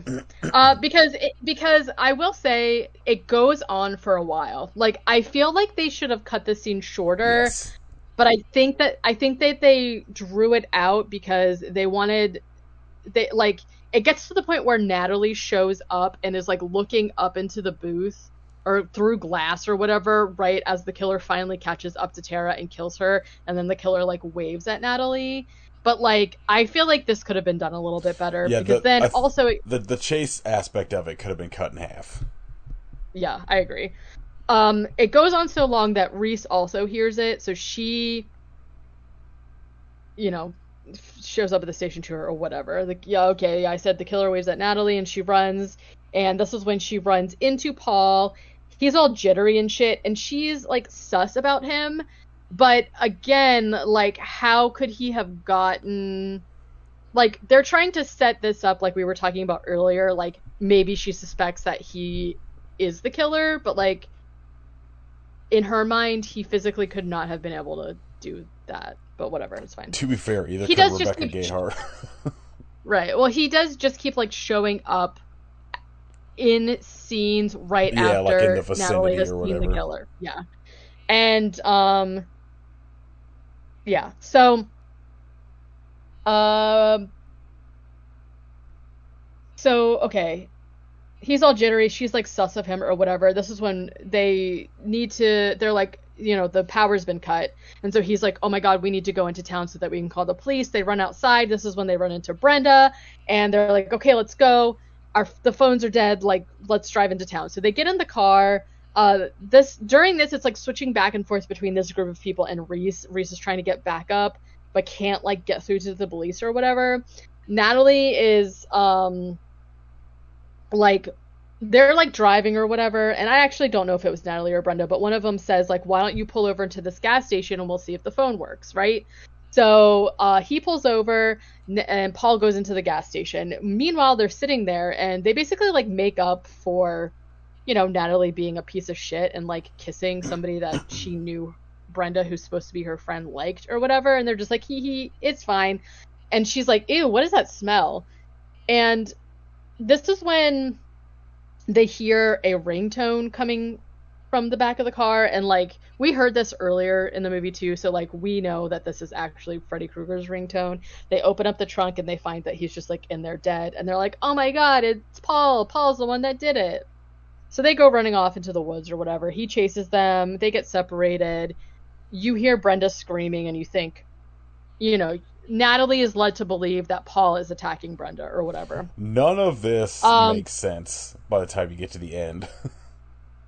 No, it's also kind of like all of a sudden like, Paul's acting like a fucking weird dickhead to them for like no reason. I don't understand any of this chase shit. Whole time, but no, but like there's weird. the thing where they're like, maybe we should pull into this gas station see if they have a phone. He's like, oh, fine, and you're just like, why are you acting like this now? Yeah, and like I guess the reason for the chase is to like get her into another red herring situation, which is that she runs into the street and waves over the creepy janitor, and gets a ride, and then they're like driving down the street or whatever, and he's like also has the parka. He's like, oh yeah, also has the fucking jacket, which at this point I feel like I would not be as sus of the jacket. This is like the 5th jacket she's seen, right? Every single person that has this jacket is not. It's just part of like when you get like enrolled into the school, they give you this parka. Like seriously, you're right. And so like she freaks out, and I will say this is weird. She's trying to open the door to get out of the car because he won't pull over, and he basically says like the door doesn't open from the inside. That is sus. Okay, that's creepy behavior. But I mean, it's an old truck, right? So like who, you know, whatever. This is when a car with no headlights passes them, and the janitor's like, freaking kids. And he's gonna flash the headlights at them, and of course Natalie's like, no! And he does it, and then the car runs them off the road by the killer. I feel like even if he didn't flash the high beams, like she would have still tried to kill them, but it's fine. It's just like another whatever. So the car crashes. I guess the janitor dies. I don't know. She doesn't care because Natalie's fine. She gets out of the car and runs off back to campus. She gets to campus and is like trying to call for help on like the police box or whatever, but nothing's working. This is when she hears Brenda screaming at the top of her lungs for help. And the sound is coming from Stanley Hall that's been boarded up, right? So she goes in. She finds... This is where the killer has just been dumping all of the bodies, right? Parker's there, the dean's there, Damon's there. Damon doesn't really look like he's been dead for that long, but that's fine. I guess we don't know how many days it's been. I assume it's been like 2 days. Yeah, I don't know. And we see Brenda laying on a bed that's still there for some reason. And Natalie, of course, is like freaked out and like sits down on the bed and is kind of having a cry about it, like a woe is me. And slowly behind her, Brenda sits up and knocks her out. And then she smiles at the camera as she does. Then, she's also wearing the jacket. The jacket! And she's talking evil now. So she's made the switch from Brenda to evil Brenda. So Natalie wakes up and yeah, she's evil now and she's just like, "What's up?" And she also, this is very Addams Family, because she's got a slideshow that she wants to show her. And she's basically just like, "Hey, I put together this slideshow for you," and it's basically like It's like the most evil thing you can do is like make someone watch a PowerPoint presentation after you've like killed all their friends. exactly, right? I Like, love the idea that she was like, "How am I going to Oh yeah, I've got all these dead bodies here. Let me also bring my projector just in case I want to like put together an yeah. educational program for her." If we've got time, Yeah. like, So she projects a picture of a couple, which is Brenda and a boyfriend. She's like, "Does he look familiar?" And Natalie's just like, "No." And I'm like, well, to be fair, Natalie only saw this guy dead, so I don't know. But basically, then she flips through a few slides, and then there's like the newspaper article about teenager having been killed or whatever. And this is where like we, for the first time, like we've been talking about it the entire time talking about this movie, but this is the big reveal that the person that Michelle and Natalie high beam gang thing that got killed was this boy, and this boy was Brenda's boyfriend, the love of her life. They were about to get married, and that's why I'm like, how old are you? I mean, people can get married at any age, but this just seems very drastic for like a high school sweetheart, but maybe that's just me. Yeah, it's fine. Natalie, okay, that's why I'm saying again, like, there's nothing redeemable in Natalie. Like, I actually don't want her to survive at this point, in my personal opinion, because she tries to basically say it wasn't her fault. And Brenda's just like, okay, but like you were in the car, it was your car, like you let your friend drive, you went along with this, so like, yeah, it is your fault, stupid bitch. And Brenda basically is just like, yeah, you know what I'm gonna do? They fucking love this one. She's basically gonna do the kidney heist. Which, again, if you don't know, it's essentially just this urban legend about somebody who gets tricked. There's so many variations about it, but essentially, like, the crux of it is that the person wakes up the next day in a bathtub full of ice because their kidney has been removed to be sold on the black market. They really love this one. So she basically was just like, yeah, I'm gonna kidney heist you or whatever, and explains what it is. Then, I don't know a lot about anatomy, but Brenda cuts her with a scalpel in a place that I don't think your kidney is. Well, but she says, she's like, I don't know where the kidney's actually at, but I'm just gonna find the first organ and just pull it out. She did. Yeah. You're right. She said she was gonna dig around. So she's me. I get it. I get it, girl. While this is happening, Reese shows up and she sees the light on in Stanley Hall. Brenda is basically, so I'm assuming that the reason that Brenda killed the dean is because she says that her overall plan was to take advantage of it being the 25-year anniversary of the massacre, because she was going to try and frame everything on Freddy Krueger. So, like, Freddy Krueger, I guess, would have had a reason to kill the dean because the dean was trying to help cover up everything that happened, is my only guess. But my other thing is that, like, Freddy Krueger's been dead for a while, so, like, I feel like they would know. I literally think this is all supposed to take place in, like, 3 days. Yeah, but she's like, I'm gonna kill you, and then I'm gonna frame it on Freddy Krueger, but, like, he's been dead. Maybe he just, I don't know, whatever. Because then she was gonna say, like, that he was gonna die by suicide just like the guy in the massacre did. But, like, whatever. You know what? Who cares? Yeah, so she's like, yeah, I'm gonna frame it on Freddy Krueger, and then she says, don't you want to be an urban legend? All your friends are. And she cuts her. This is when Reese arrives and basically calls her a psycho bitch, which is fair. And Brenda slices her. They kind of have like a struggle where Brenda ends up getting the gun. And Natalie is essentially just like, you don't want to kill me. This isn't going to bring your boyfriend back. Who the fuck cares, Natalie? You're also a piece of shit, by the way. And Brenda essentially says exactly that. She's like, I don't care. Like, I just want you to be dead. This is when But if Paul that's the walks case, in. she could have done that days ago. Yeah. This is a bad plan. But that's why I'm saying, like, if Natalie wasn't such a piece of shit, like, maybe this would have worked out the way Brenda wanted, because Natalie's just, like, so blind to the fact that this was also her fault. So, like, she just was like, what's going on? I don't know. Whatever. Paul walks in and is basically just like, wow, great job, Bren. I'm on your side, and I want to write the story about it, so let's go forward with your plan to frame this on Freddy Krueger. And Brenda's just essentially like, shut up, ugly. And then Reese comes to and shoots her in the arm. And Natalie's also got a hold of a gun. And Brenda, like, lunges at her. And Natalie just, like, shoots her and she flies out a window. And this is when Paul goes, oh, are you all right? And she goes, no. And I was like, I mean, yeah. You, what? Her kidney's falling out. Come on.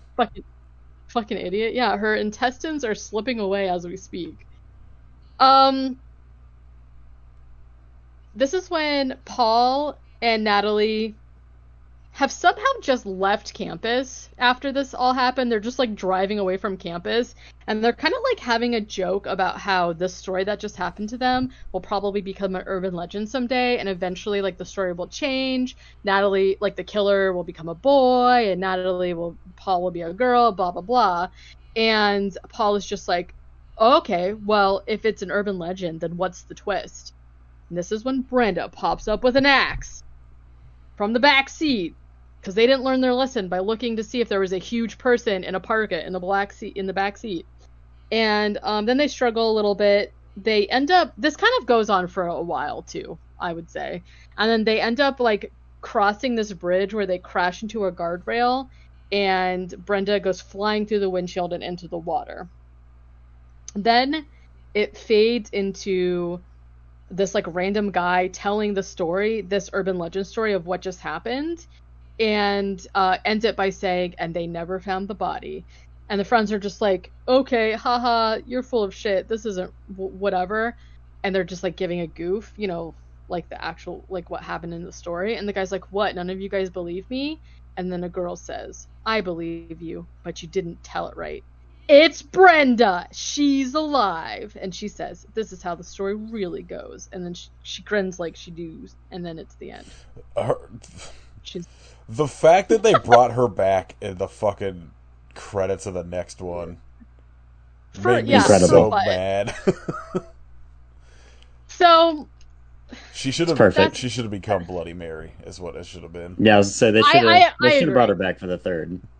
The fact that, like, they set up, the fact that they set up that ending, and then the third one is just, like, totally, completely, 100% unrelated, except for that one character likes Foxy Brown. I was like, come on. Like, man. That was, like, such a wasted opportunity. So that was the first one. Bad. Pretty bad. Amazing. So good. Still love it. Urban Legend Final Cut is... the name. I have immediate issues with the name. Yes. Because they try and have it both ways with the sequel. And they make it Urban Legends with an S. Yes. But also it gets a tagline? No. You don't get the subheader and also the S. Your Urban Legend Final Cut or your Urban Legends. Also wasn't the final. That's horseshit. That's yeah. There's also that. Yes. That's like the name for your fourth one. Right. Because then it also ended up being a lie. It's not the final cut. So I kind of, like, when I did not know what this movie was about at all. I had never seen it. I didn't know anything about it. And I was like, Ellis from Die Hard hating teaching. Fair. Also, Joseph Lawrence. Yeah, let's talk. Yeah. Okay. So. What a cast! Great cast. A+. Julia Stiles is here. I wish. So I didn't know what this one was about, and I was like, I don't understand why it's called Final Cut. And then I was like, okay, it's literally just because, like, the movie is about film students. So, like, this starts at, and I will say that, again, this movie is not good. it's not great, but I do appreciate some of the stuff that happens, and that it is like it is a sequel in which it's a bunch of new people. They're at a different campus, but the thing that happened, and Reese returns, who of course is like the best, and The most important part. Mhm. yes, she basically in the movie reveals to us that she got fired from Pendleton because they decided that they wanted to further cover up what happened. So it tells us that the movie we watched, the urban legend, all that stuff actually happened, and Reese did not want to cover it up, so she got fired. And it's covered up or whatever. And so Reese tells this idea she happens to run into Amy, who's the main character, who is Jennifer Morrison, who is like fine. I again can take her, leave her, whatever. She's like a struggling film student or whatever, and she basically is like, oh my gosh, that's what I should do for my like final film thing, is make a movie about a serial killer who uses urban legends, right? And so like that makes sense to me as far as like how we're still wrapped up in this whole urban legend thing, because it's coming directly from Reese, who was in the first movie, right? So like I'm on board with that. The thing that's weird to me though is that like the rest of the plot of this movie is so all over the place. Yeah, it makes no sense. Like yeah, because like it's like Amy and like all of these people who are like making a movie, and she has like other people who like the whole thing is hinging on this thing called a Hitchcock Award, that they are making their like final projects to win this award, and then when they win the award they'll become like they'll give them a boost up in Hollywood essentially, right? And so like other people, the red herrings in this movie come from like this one guy that's like, you're not allowed to do a horror movie because I do horror and I want that. Then you have the King Joseph Lawrence himself, who basically his angle is like, I know secretly that you're actually a Nepo baby because your dad was a documentary guy. So don't act like you're just don't have a leg up or whatever. And they like try so hard to make him seem like a red herring, and I just like did not take it seriously at all. He just like lurks around in the back of the movie. Then you have this other guy. This isn't an urban legend. I think that maybe the thing that got away for me in this movie is that they start to take things that are kind of like tropes and using them where they should be doing urban legends, because like one of the guys ends up being a twin, which is not an urban legend. It's just like a soap opera trope or whatever. And I'm not saying I don't eat up a surprise twin plot, but like it just was like weird in this one. No, like I think the big flaw for me in this movie is that like outside of Loretta Divine being back, like there's no real tie to the first one. Where I feel like it would make more sense if like the urban legend movie they're making is maybe about like this massacre at the college. Like it should have been at the same college campus, and they should be making a movie like 10 years after the fact about what happened. Like, you know, they're making the horror movie version of what happened there. And like I don't know, it's just like I think the premise is fine. Like, I like the idea of it being, like, a film students and they're making this movie or whatever, but, like, I don't know. Having it, like, not tie at all besides Reese being back, like, makes no sense. Yeah, and then, like, the other thing for me is that they very much copy their own movie. Like, a lot of the kills... I will say the very first kill that happens I did like, because it made me like go ooh. But again, it's kind of like how the first kill has nothing to do, but the first kill has nothing to do with the rest of the movie, I think, because essentially the first kill is a girl who she was dating like the guy who ends up having a twin, right? And so he like leaves her at the club by herself, and she ends up getting roofied at the club, and then she wakes up and she's been ice bath kidneyed, which again, like I said, they love. And she tries to escape by going out a window, and the thing that made me be like, oh, is that the killer tries to like pull her back into the window, and he just like reaches up and like rips her kidney thing that seems open, which I bad. hated.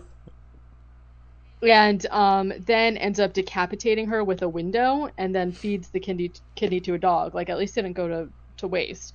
And like, I actually liked this scene and like this kill or whatever, but it literally is never mentioned again. Like, he's dating one of the main characters. He just never says anything about her being missing, or like they don't find out about her in the paper. She's not connected to anything, so that part was weird to me. Well, it's another thing where like I feel like the killer reveal in this is another one that's just sort of like unearned, where it's just like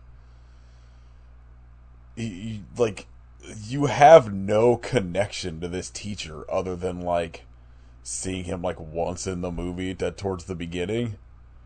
And then, Right. and then they're just like, oh, actually, he's mad that like her dad ruined his perceived film career.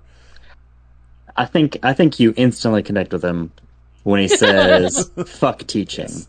Trust me, Yeah, It's like, oh yeah, no, I'm in. I don't think he's I've wrong. got this guy. I just think the reveal is bad.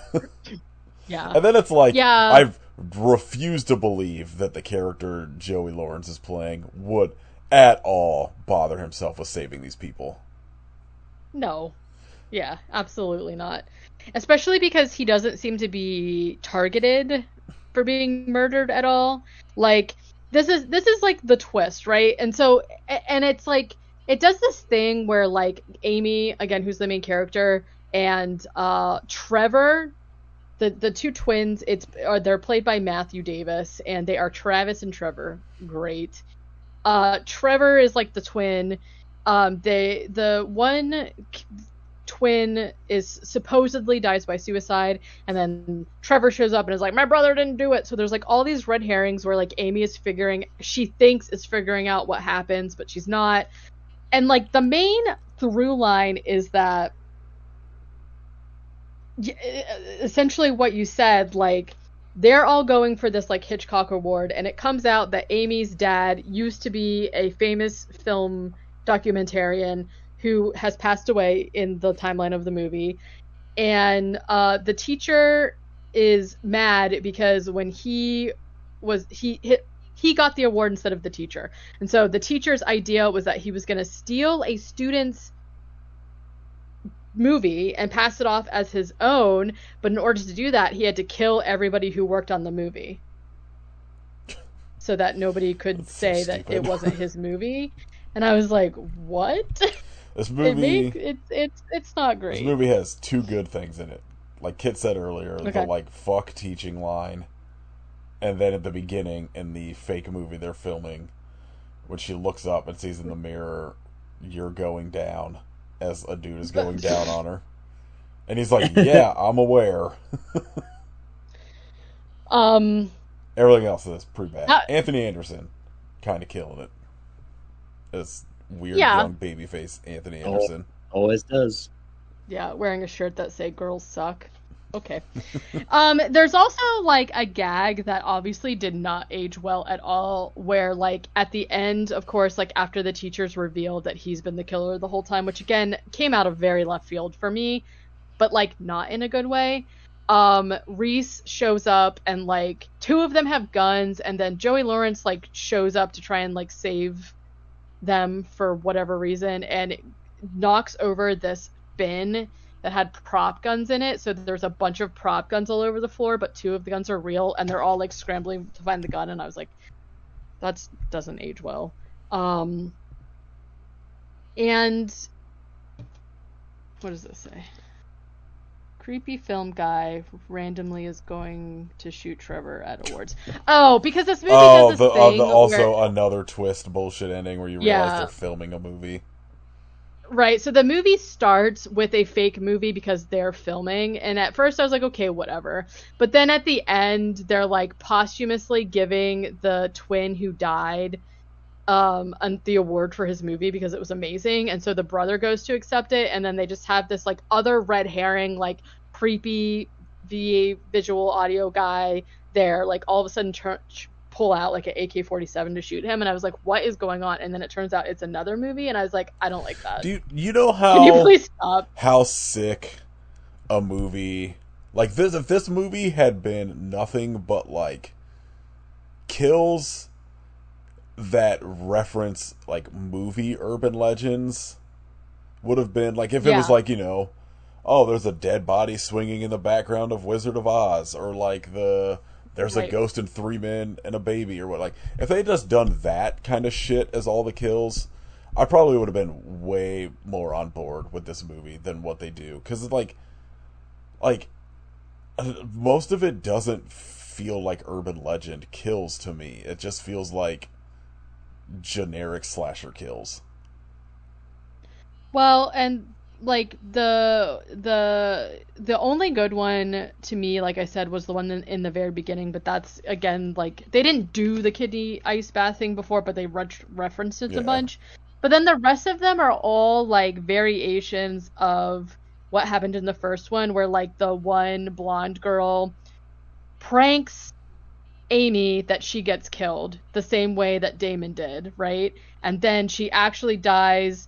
It's like filmed, and her death is filmed, and then it's shown to everybody, which is kind of like the same thing of them like listening to Tara Reid's character be killed.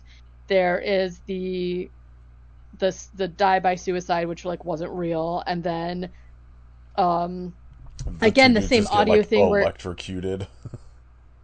Yeah, electrocuted, but then like their bodies are left in the thing, so that's like what we were talking about before, where it's the reference to like the bodies actually being in the tunnel, which is like no, they just like half-assed that one. And then there's the one where the camera guy gets killed, and Amy is recording a bunch of people screaming so nobody can hear him screaming for help or whatever.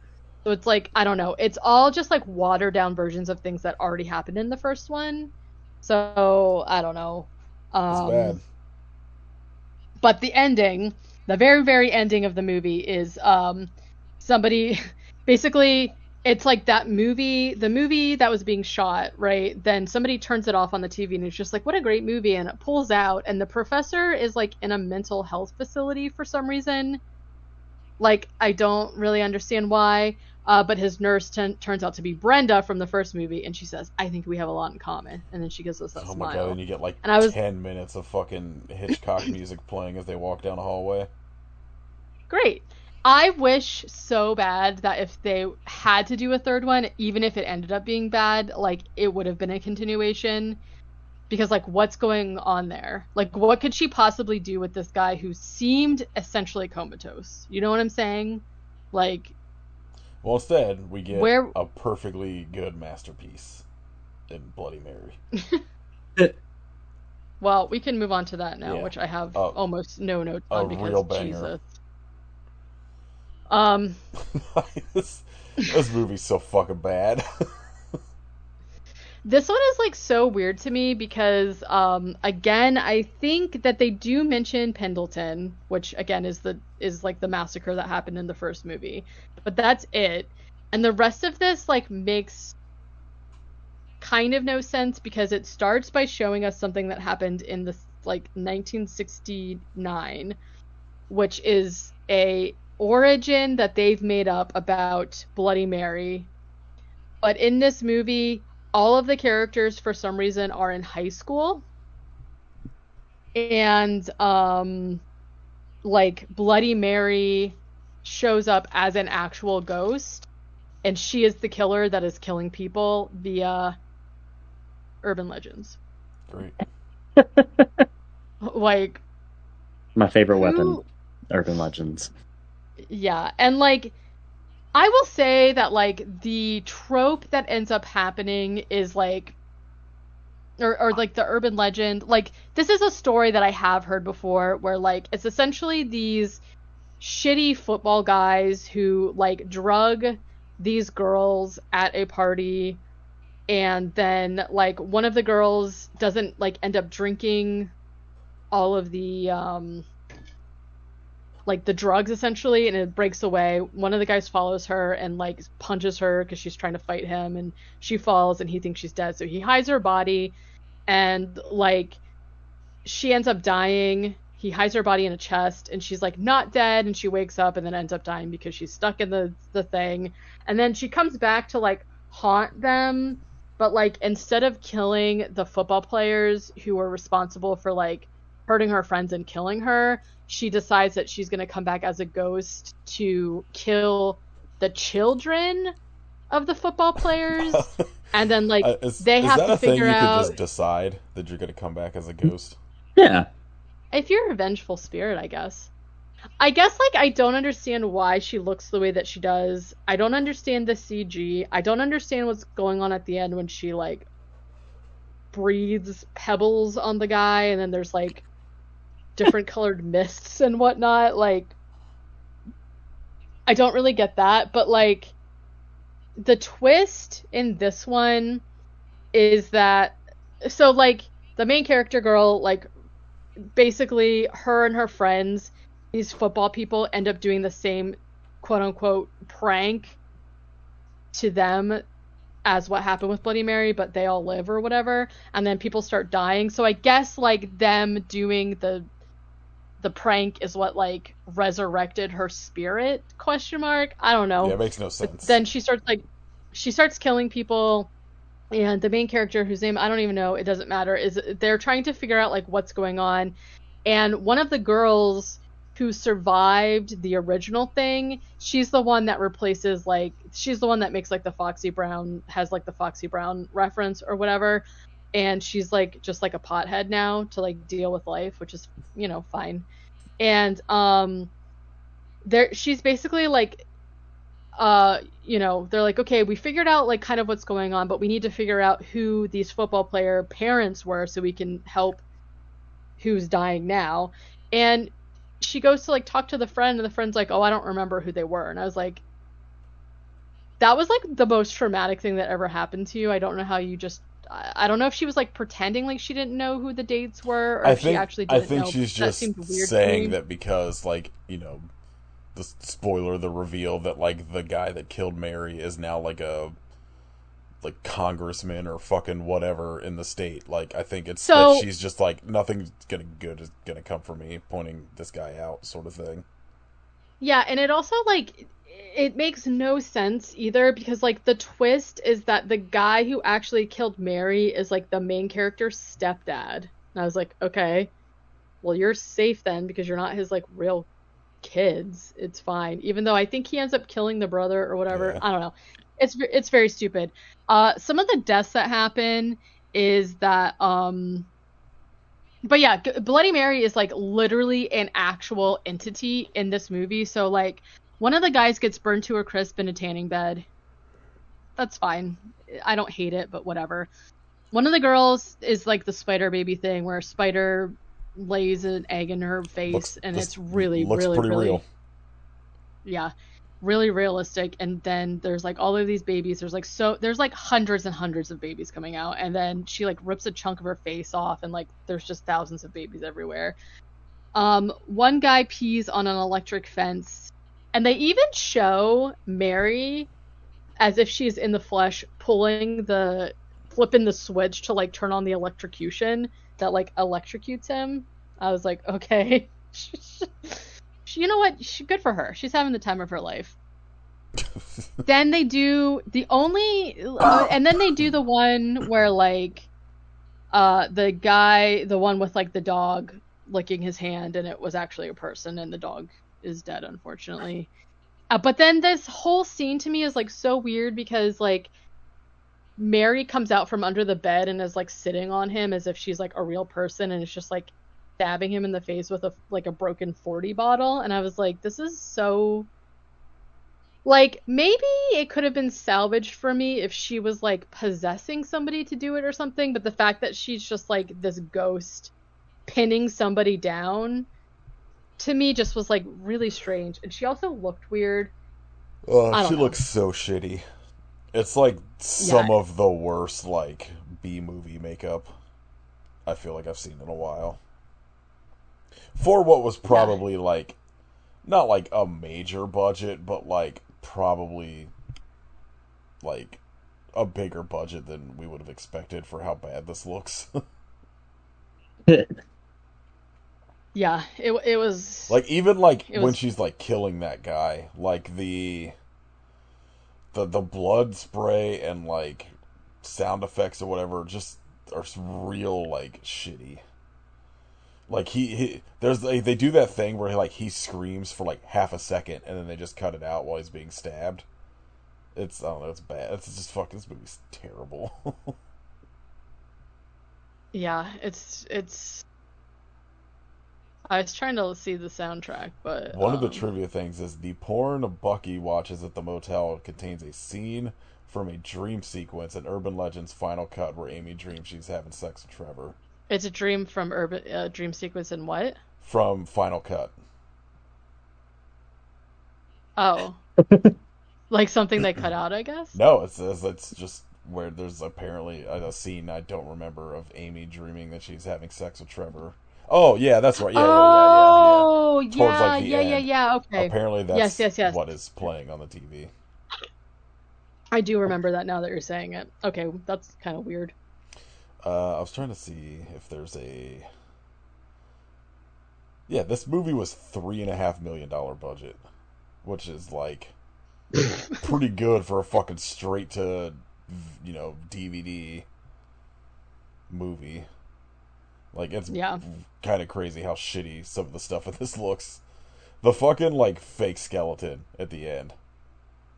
Like I wish they had done like a sort of drag me to hell like fake out sort of not like fake out but like bummer ending where like she goes to bury the body and she thinks everything's fine but she just accidentally missed like a finger or something so Bloody Mary is still out there at the end.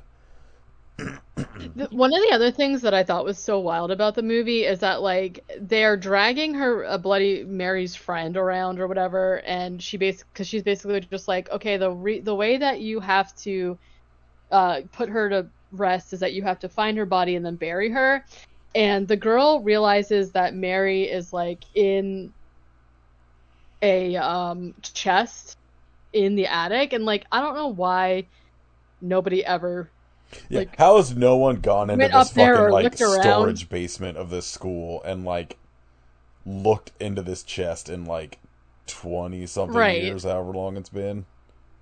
Right, but like, so Mary like gives her a vision to show her that's where she is, and so she goes up and she opens the trunk and there's Mary's like mummified body, and she just like picks her up and runs out the door with her, and she's like, "I got her," and I was like, "What the fuck?" Like it was that so fucking that weird. fucking like chest thing she's locked in isn't like airtight. There would be so Oh. many horrific smells coming out. Like it's fucking so stupid that no one would have found this body. Like happen chance go up there, like not necessarily looking for her, but there's just like no way she wouldn't be found. But I don't know, Mary whatever. Lambert. How did you get Yeah. sucked into this fucking movie? After Girl, the I don't masterpiece know. of Pet Sematary 2. Yeah. Yeah, And Halloween this Town, movie Caliber's Revenge. this movie is up there with I'll Always Know What You Did Last Summer is maybe one of the worst fucking slasher sequels I've ever seen. It's fucking terrible. Yeah, it was bad. Kit gave it 1.5 stars. He loved it. Kit. Did I? Yeah. When did I watch it last? It was worse than I remember. Like, I can't believe I'm the only one that's seen all of these before this. well, I never really cared about the first one, so I had like I'd seen like the title, like the third one, and I was like, this poster looks like shit. I bet this is garbage, and I've always been like, I should watch this at some point. So I had zero interest in the second one, outside of like watching it for the podcast. Yeah, It's Yeah. just fucking bad. This is it's baffling to me that they, I guess, are still in the process of trying to reboot this franchise. I don't know. I think that's I over. think We this should. would have been like I said, kind of at the beginning, like an interesting idea for a franchise if it had gone the way of like what John Carpenter wanted to do with Halloween, where like maybe each movie is very specifically about a different urban legend instead of just like a mishmash of like a bunch of shit in like each movie, like so I don't know how you would do that to make it like a full hour and a half movie, but like yeah, I don't know. This is a fucking baffling trilogy of movies to me. Yeah, this Bloody Mary, I just don't even have any like way to say like I don't It know. It was sucks. a High mistake. recommend for me. You Yeah. should watch it. You should watch it Definitely. specifically for the fucking spider scene because there's some of the worst CGI animated spiders I've ever seen. Yeah, Probably why I agreed. gave it 1.5 stars. Yeah, Yeah. I literally contemplated being like 5 stars. This shit rocks. It's it's one of those movies that's like I feel like so shitty that it's almost worth watching, but it is also kind of boring. Like Yeah. all of If it's something that I watch of my own accord, like I'm not watching for the podcast, and I finish it, like that's an automatic 1 star. You That's fair. know, so at minimum, this is like a 1 star movie because I watched it before this, and like Yeah. it's bad, but it's fine. it's bad, but it's one of those ones that like It's not yeah, torturous. I gave it half a star because it's just generally it is not good. It is a generally a bad movie, but there were things in it that I was like, this is so shitty that it kind of rocks. Like I said, like the spiders, the fucking like the scene where the dude is in the fucking tanning bed is like it's so stupid, but it's like the girl that runs the tanning salon is so insanely stupid that it kind of rocks. I just think like I think the deaths in it are kind of fine. I think it's everything that surrounds it that sucks. Like the acting's bad. No one seems to Yeah. like enjoy being there. Uh, it's Yeah. just it's bad. Don't watch any of these. Is my recommendation, except for Bloody Mary. Yeah, I found the second one kind of boring also. Like I felt like it kind of dragged on a little. That's just, yeah, like that second one's got such a good premise that I feel like they just kind of wasted. Yeah, I agree. And there needed to be more Joey Lawrence. I don't know Agreed. what was going on with that, but All right. I don't know if there's been any news since we recorded last. Oh, there has been. There's news Oh yesterday. yeah. They're remaking Urban Legend. Was there actually news about that? Because Oh yeah. Oh yeah. I know, like they at some point in like I think 2020 they were trying and they it fell apart and now they're trying with a different like creative team or some shit. What's the update? Just that it's in the works Oh, with let's see who's attached. uh, Gary yeah, Doberman there's whatever. and Neil Moritz. Screen Gems. Oh, okay. I was say I didn't recognize Yeah. any of the names, and I was like reading about it on Wikipedia. What? Just why? What are we doing? This does not We've seem like a franchise that needs to be restarted. th no. this is like easily our most forgettable 2000s teen slasher Yeah. film franchise. So we've really hit the bottom of the barrel. We're remaking this. Yep. Like just Yeah, I fucking reboot Valentine. Let's do that. again. Yeah, we'll get David Boreanaz back. Yeah. Make it a Yeah. requel. All right. Kit, what'd you watch? That's what fucking last time we recorded. A month ago. Yeah, right. Been a while. Let me see. I know off the top of my head, Owen saw Sinners twice because it rules. Yeah, I was Super good. very bummed that I got sick when that came out because I wanted to see that, and I don't think I'm gonna have time before it probably leaves theaters. Oh yeah. I got to go see it in 70 mil because there's only like 10 places in the world showing it in 70 millimeter or some shit.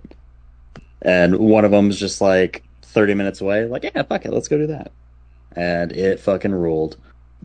And then I watched Y2K, which was like whatever. It was fine. Fred Durst is easily the best part, which is insane to say. What a fucking twist. I was Yeah, shook. I was he's shook. he's so good in it. I can't believe it. It was I also watched that and like overall I thought it was also whatever. I some of it was like so corny that it worked for me, but it all turned around when Fred Durst showed up because Oh yeah, I can't believe it that wasn't news. Like I had never heard of this Well, that's or the that he only was in thing I it. knew It about that shook movie was me. that Fred Durst was in it. Yeah, no. it's the only reason I'll remember that movie. Like if Yeah. he wasn't in it, I would have forgotten about it already. But He saves the world, so he does with his cover of Faith. God. yeah. The best song they could have picked for him too. Was that it, Kit? Yeah. All right. What about you, Katie? The only movie apparently that I've logged was Y2K, which I watched 3 weeks ago. So there's that. Um, Y2K fever is sweeping the nation once again. I don't know. Again, like I said, it was pretty corny. It's like very much a like nostalgia bomb. Because like obviously Y2K, it's about it's about New Year's Eve 1999.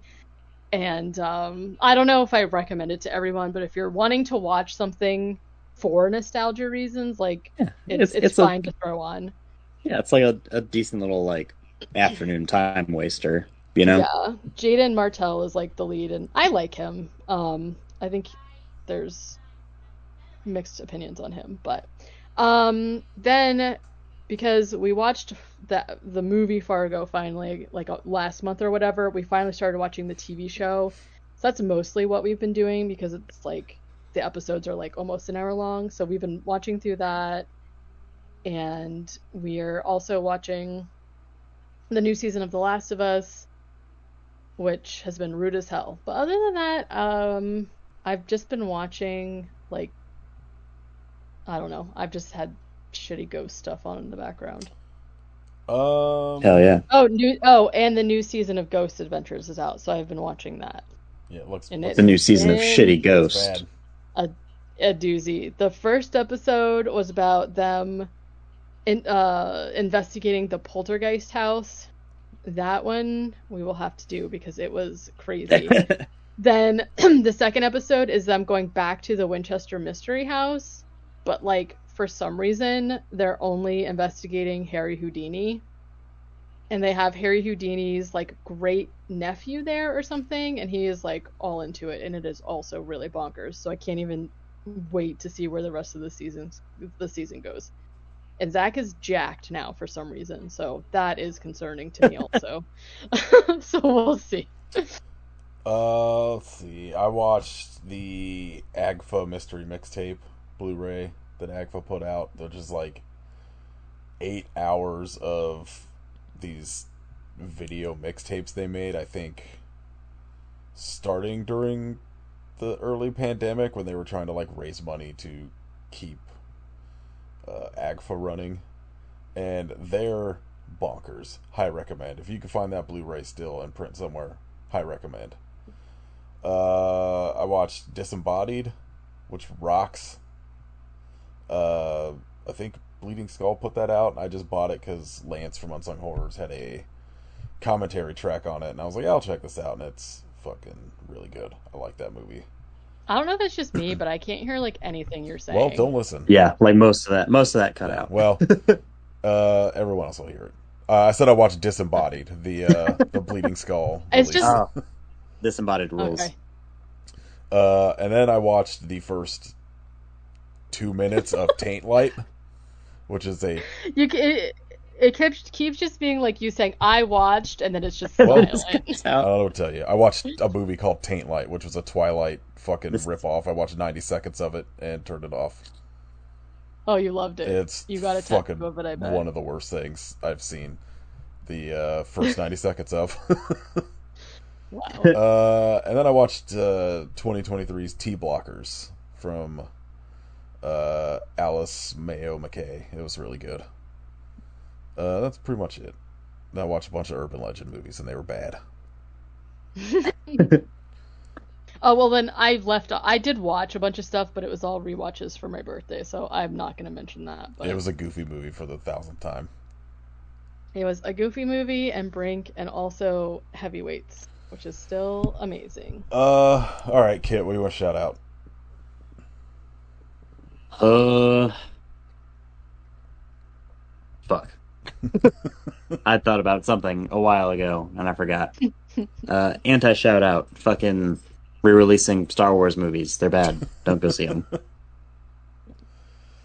Uh, We're not gonna reevaluate the fucking prequel movies. Okay, yeah, we are. they suck then. They suck now. They're bad. Don't lie to yourselves. They're the People best. love those for some reason. Katie, what do you want to shout out? I'm gonna shout out a game that we've been playing a bunch called Ember Knights with a K, like KNIGHT, whatever. And it's maybe up to 4 people, but it's like a roguelite, and it's just like super fun.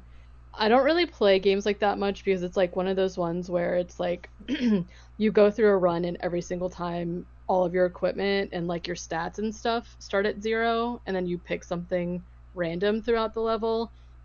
And it's like not normally my play style, but we played like a lot of hours of it. It on Steam. It might be on Switch too. I'm not sure, but it's super fun if you're wanting like a group setting thing to play.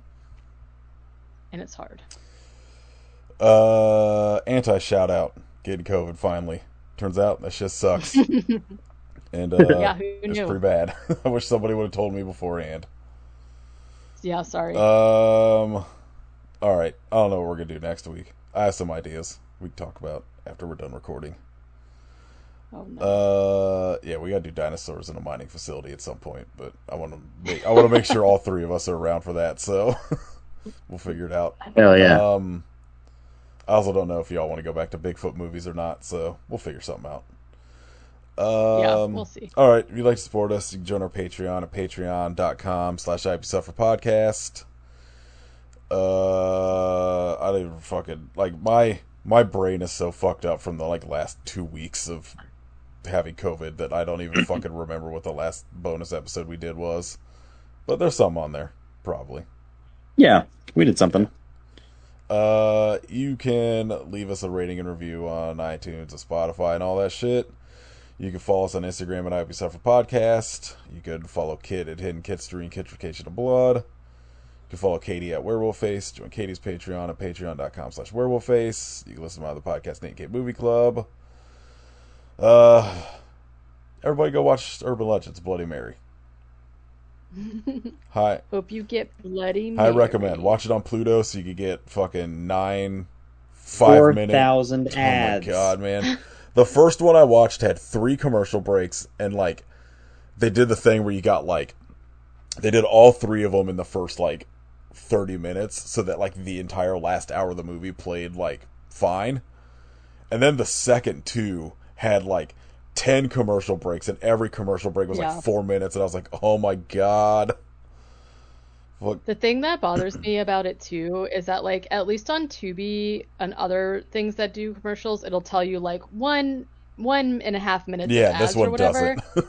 But Pluto doesn't, so you're just sitting there forever. And like sometimes, especially by the third movie, because I watched all of them today, the ads would cut in and I wasn't totally sure what was ad and what was movie at sometimes. And I was like, what is happening? Is this CPAP thing part of Bloody Mary? It could be. I don't know. We should make a horror movie that has like Tubi style commercials in it, so that I like agree. people have no idea what's going on. Let's We'll do make it. a whole TM. $3. We will. Uh, $3 well spent. All right, we'll have some next week. I hope you have your kidneys fed to a dog, but why? I hope That's you're fair. going down, but why?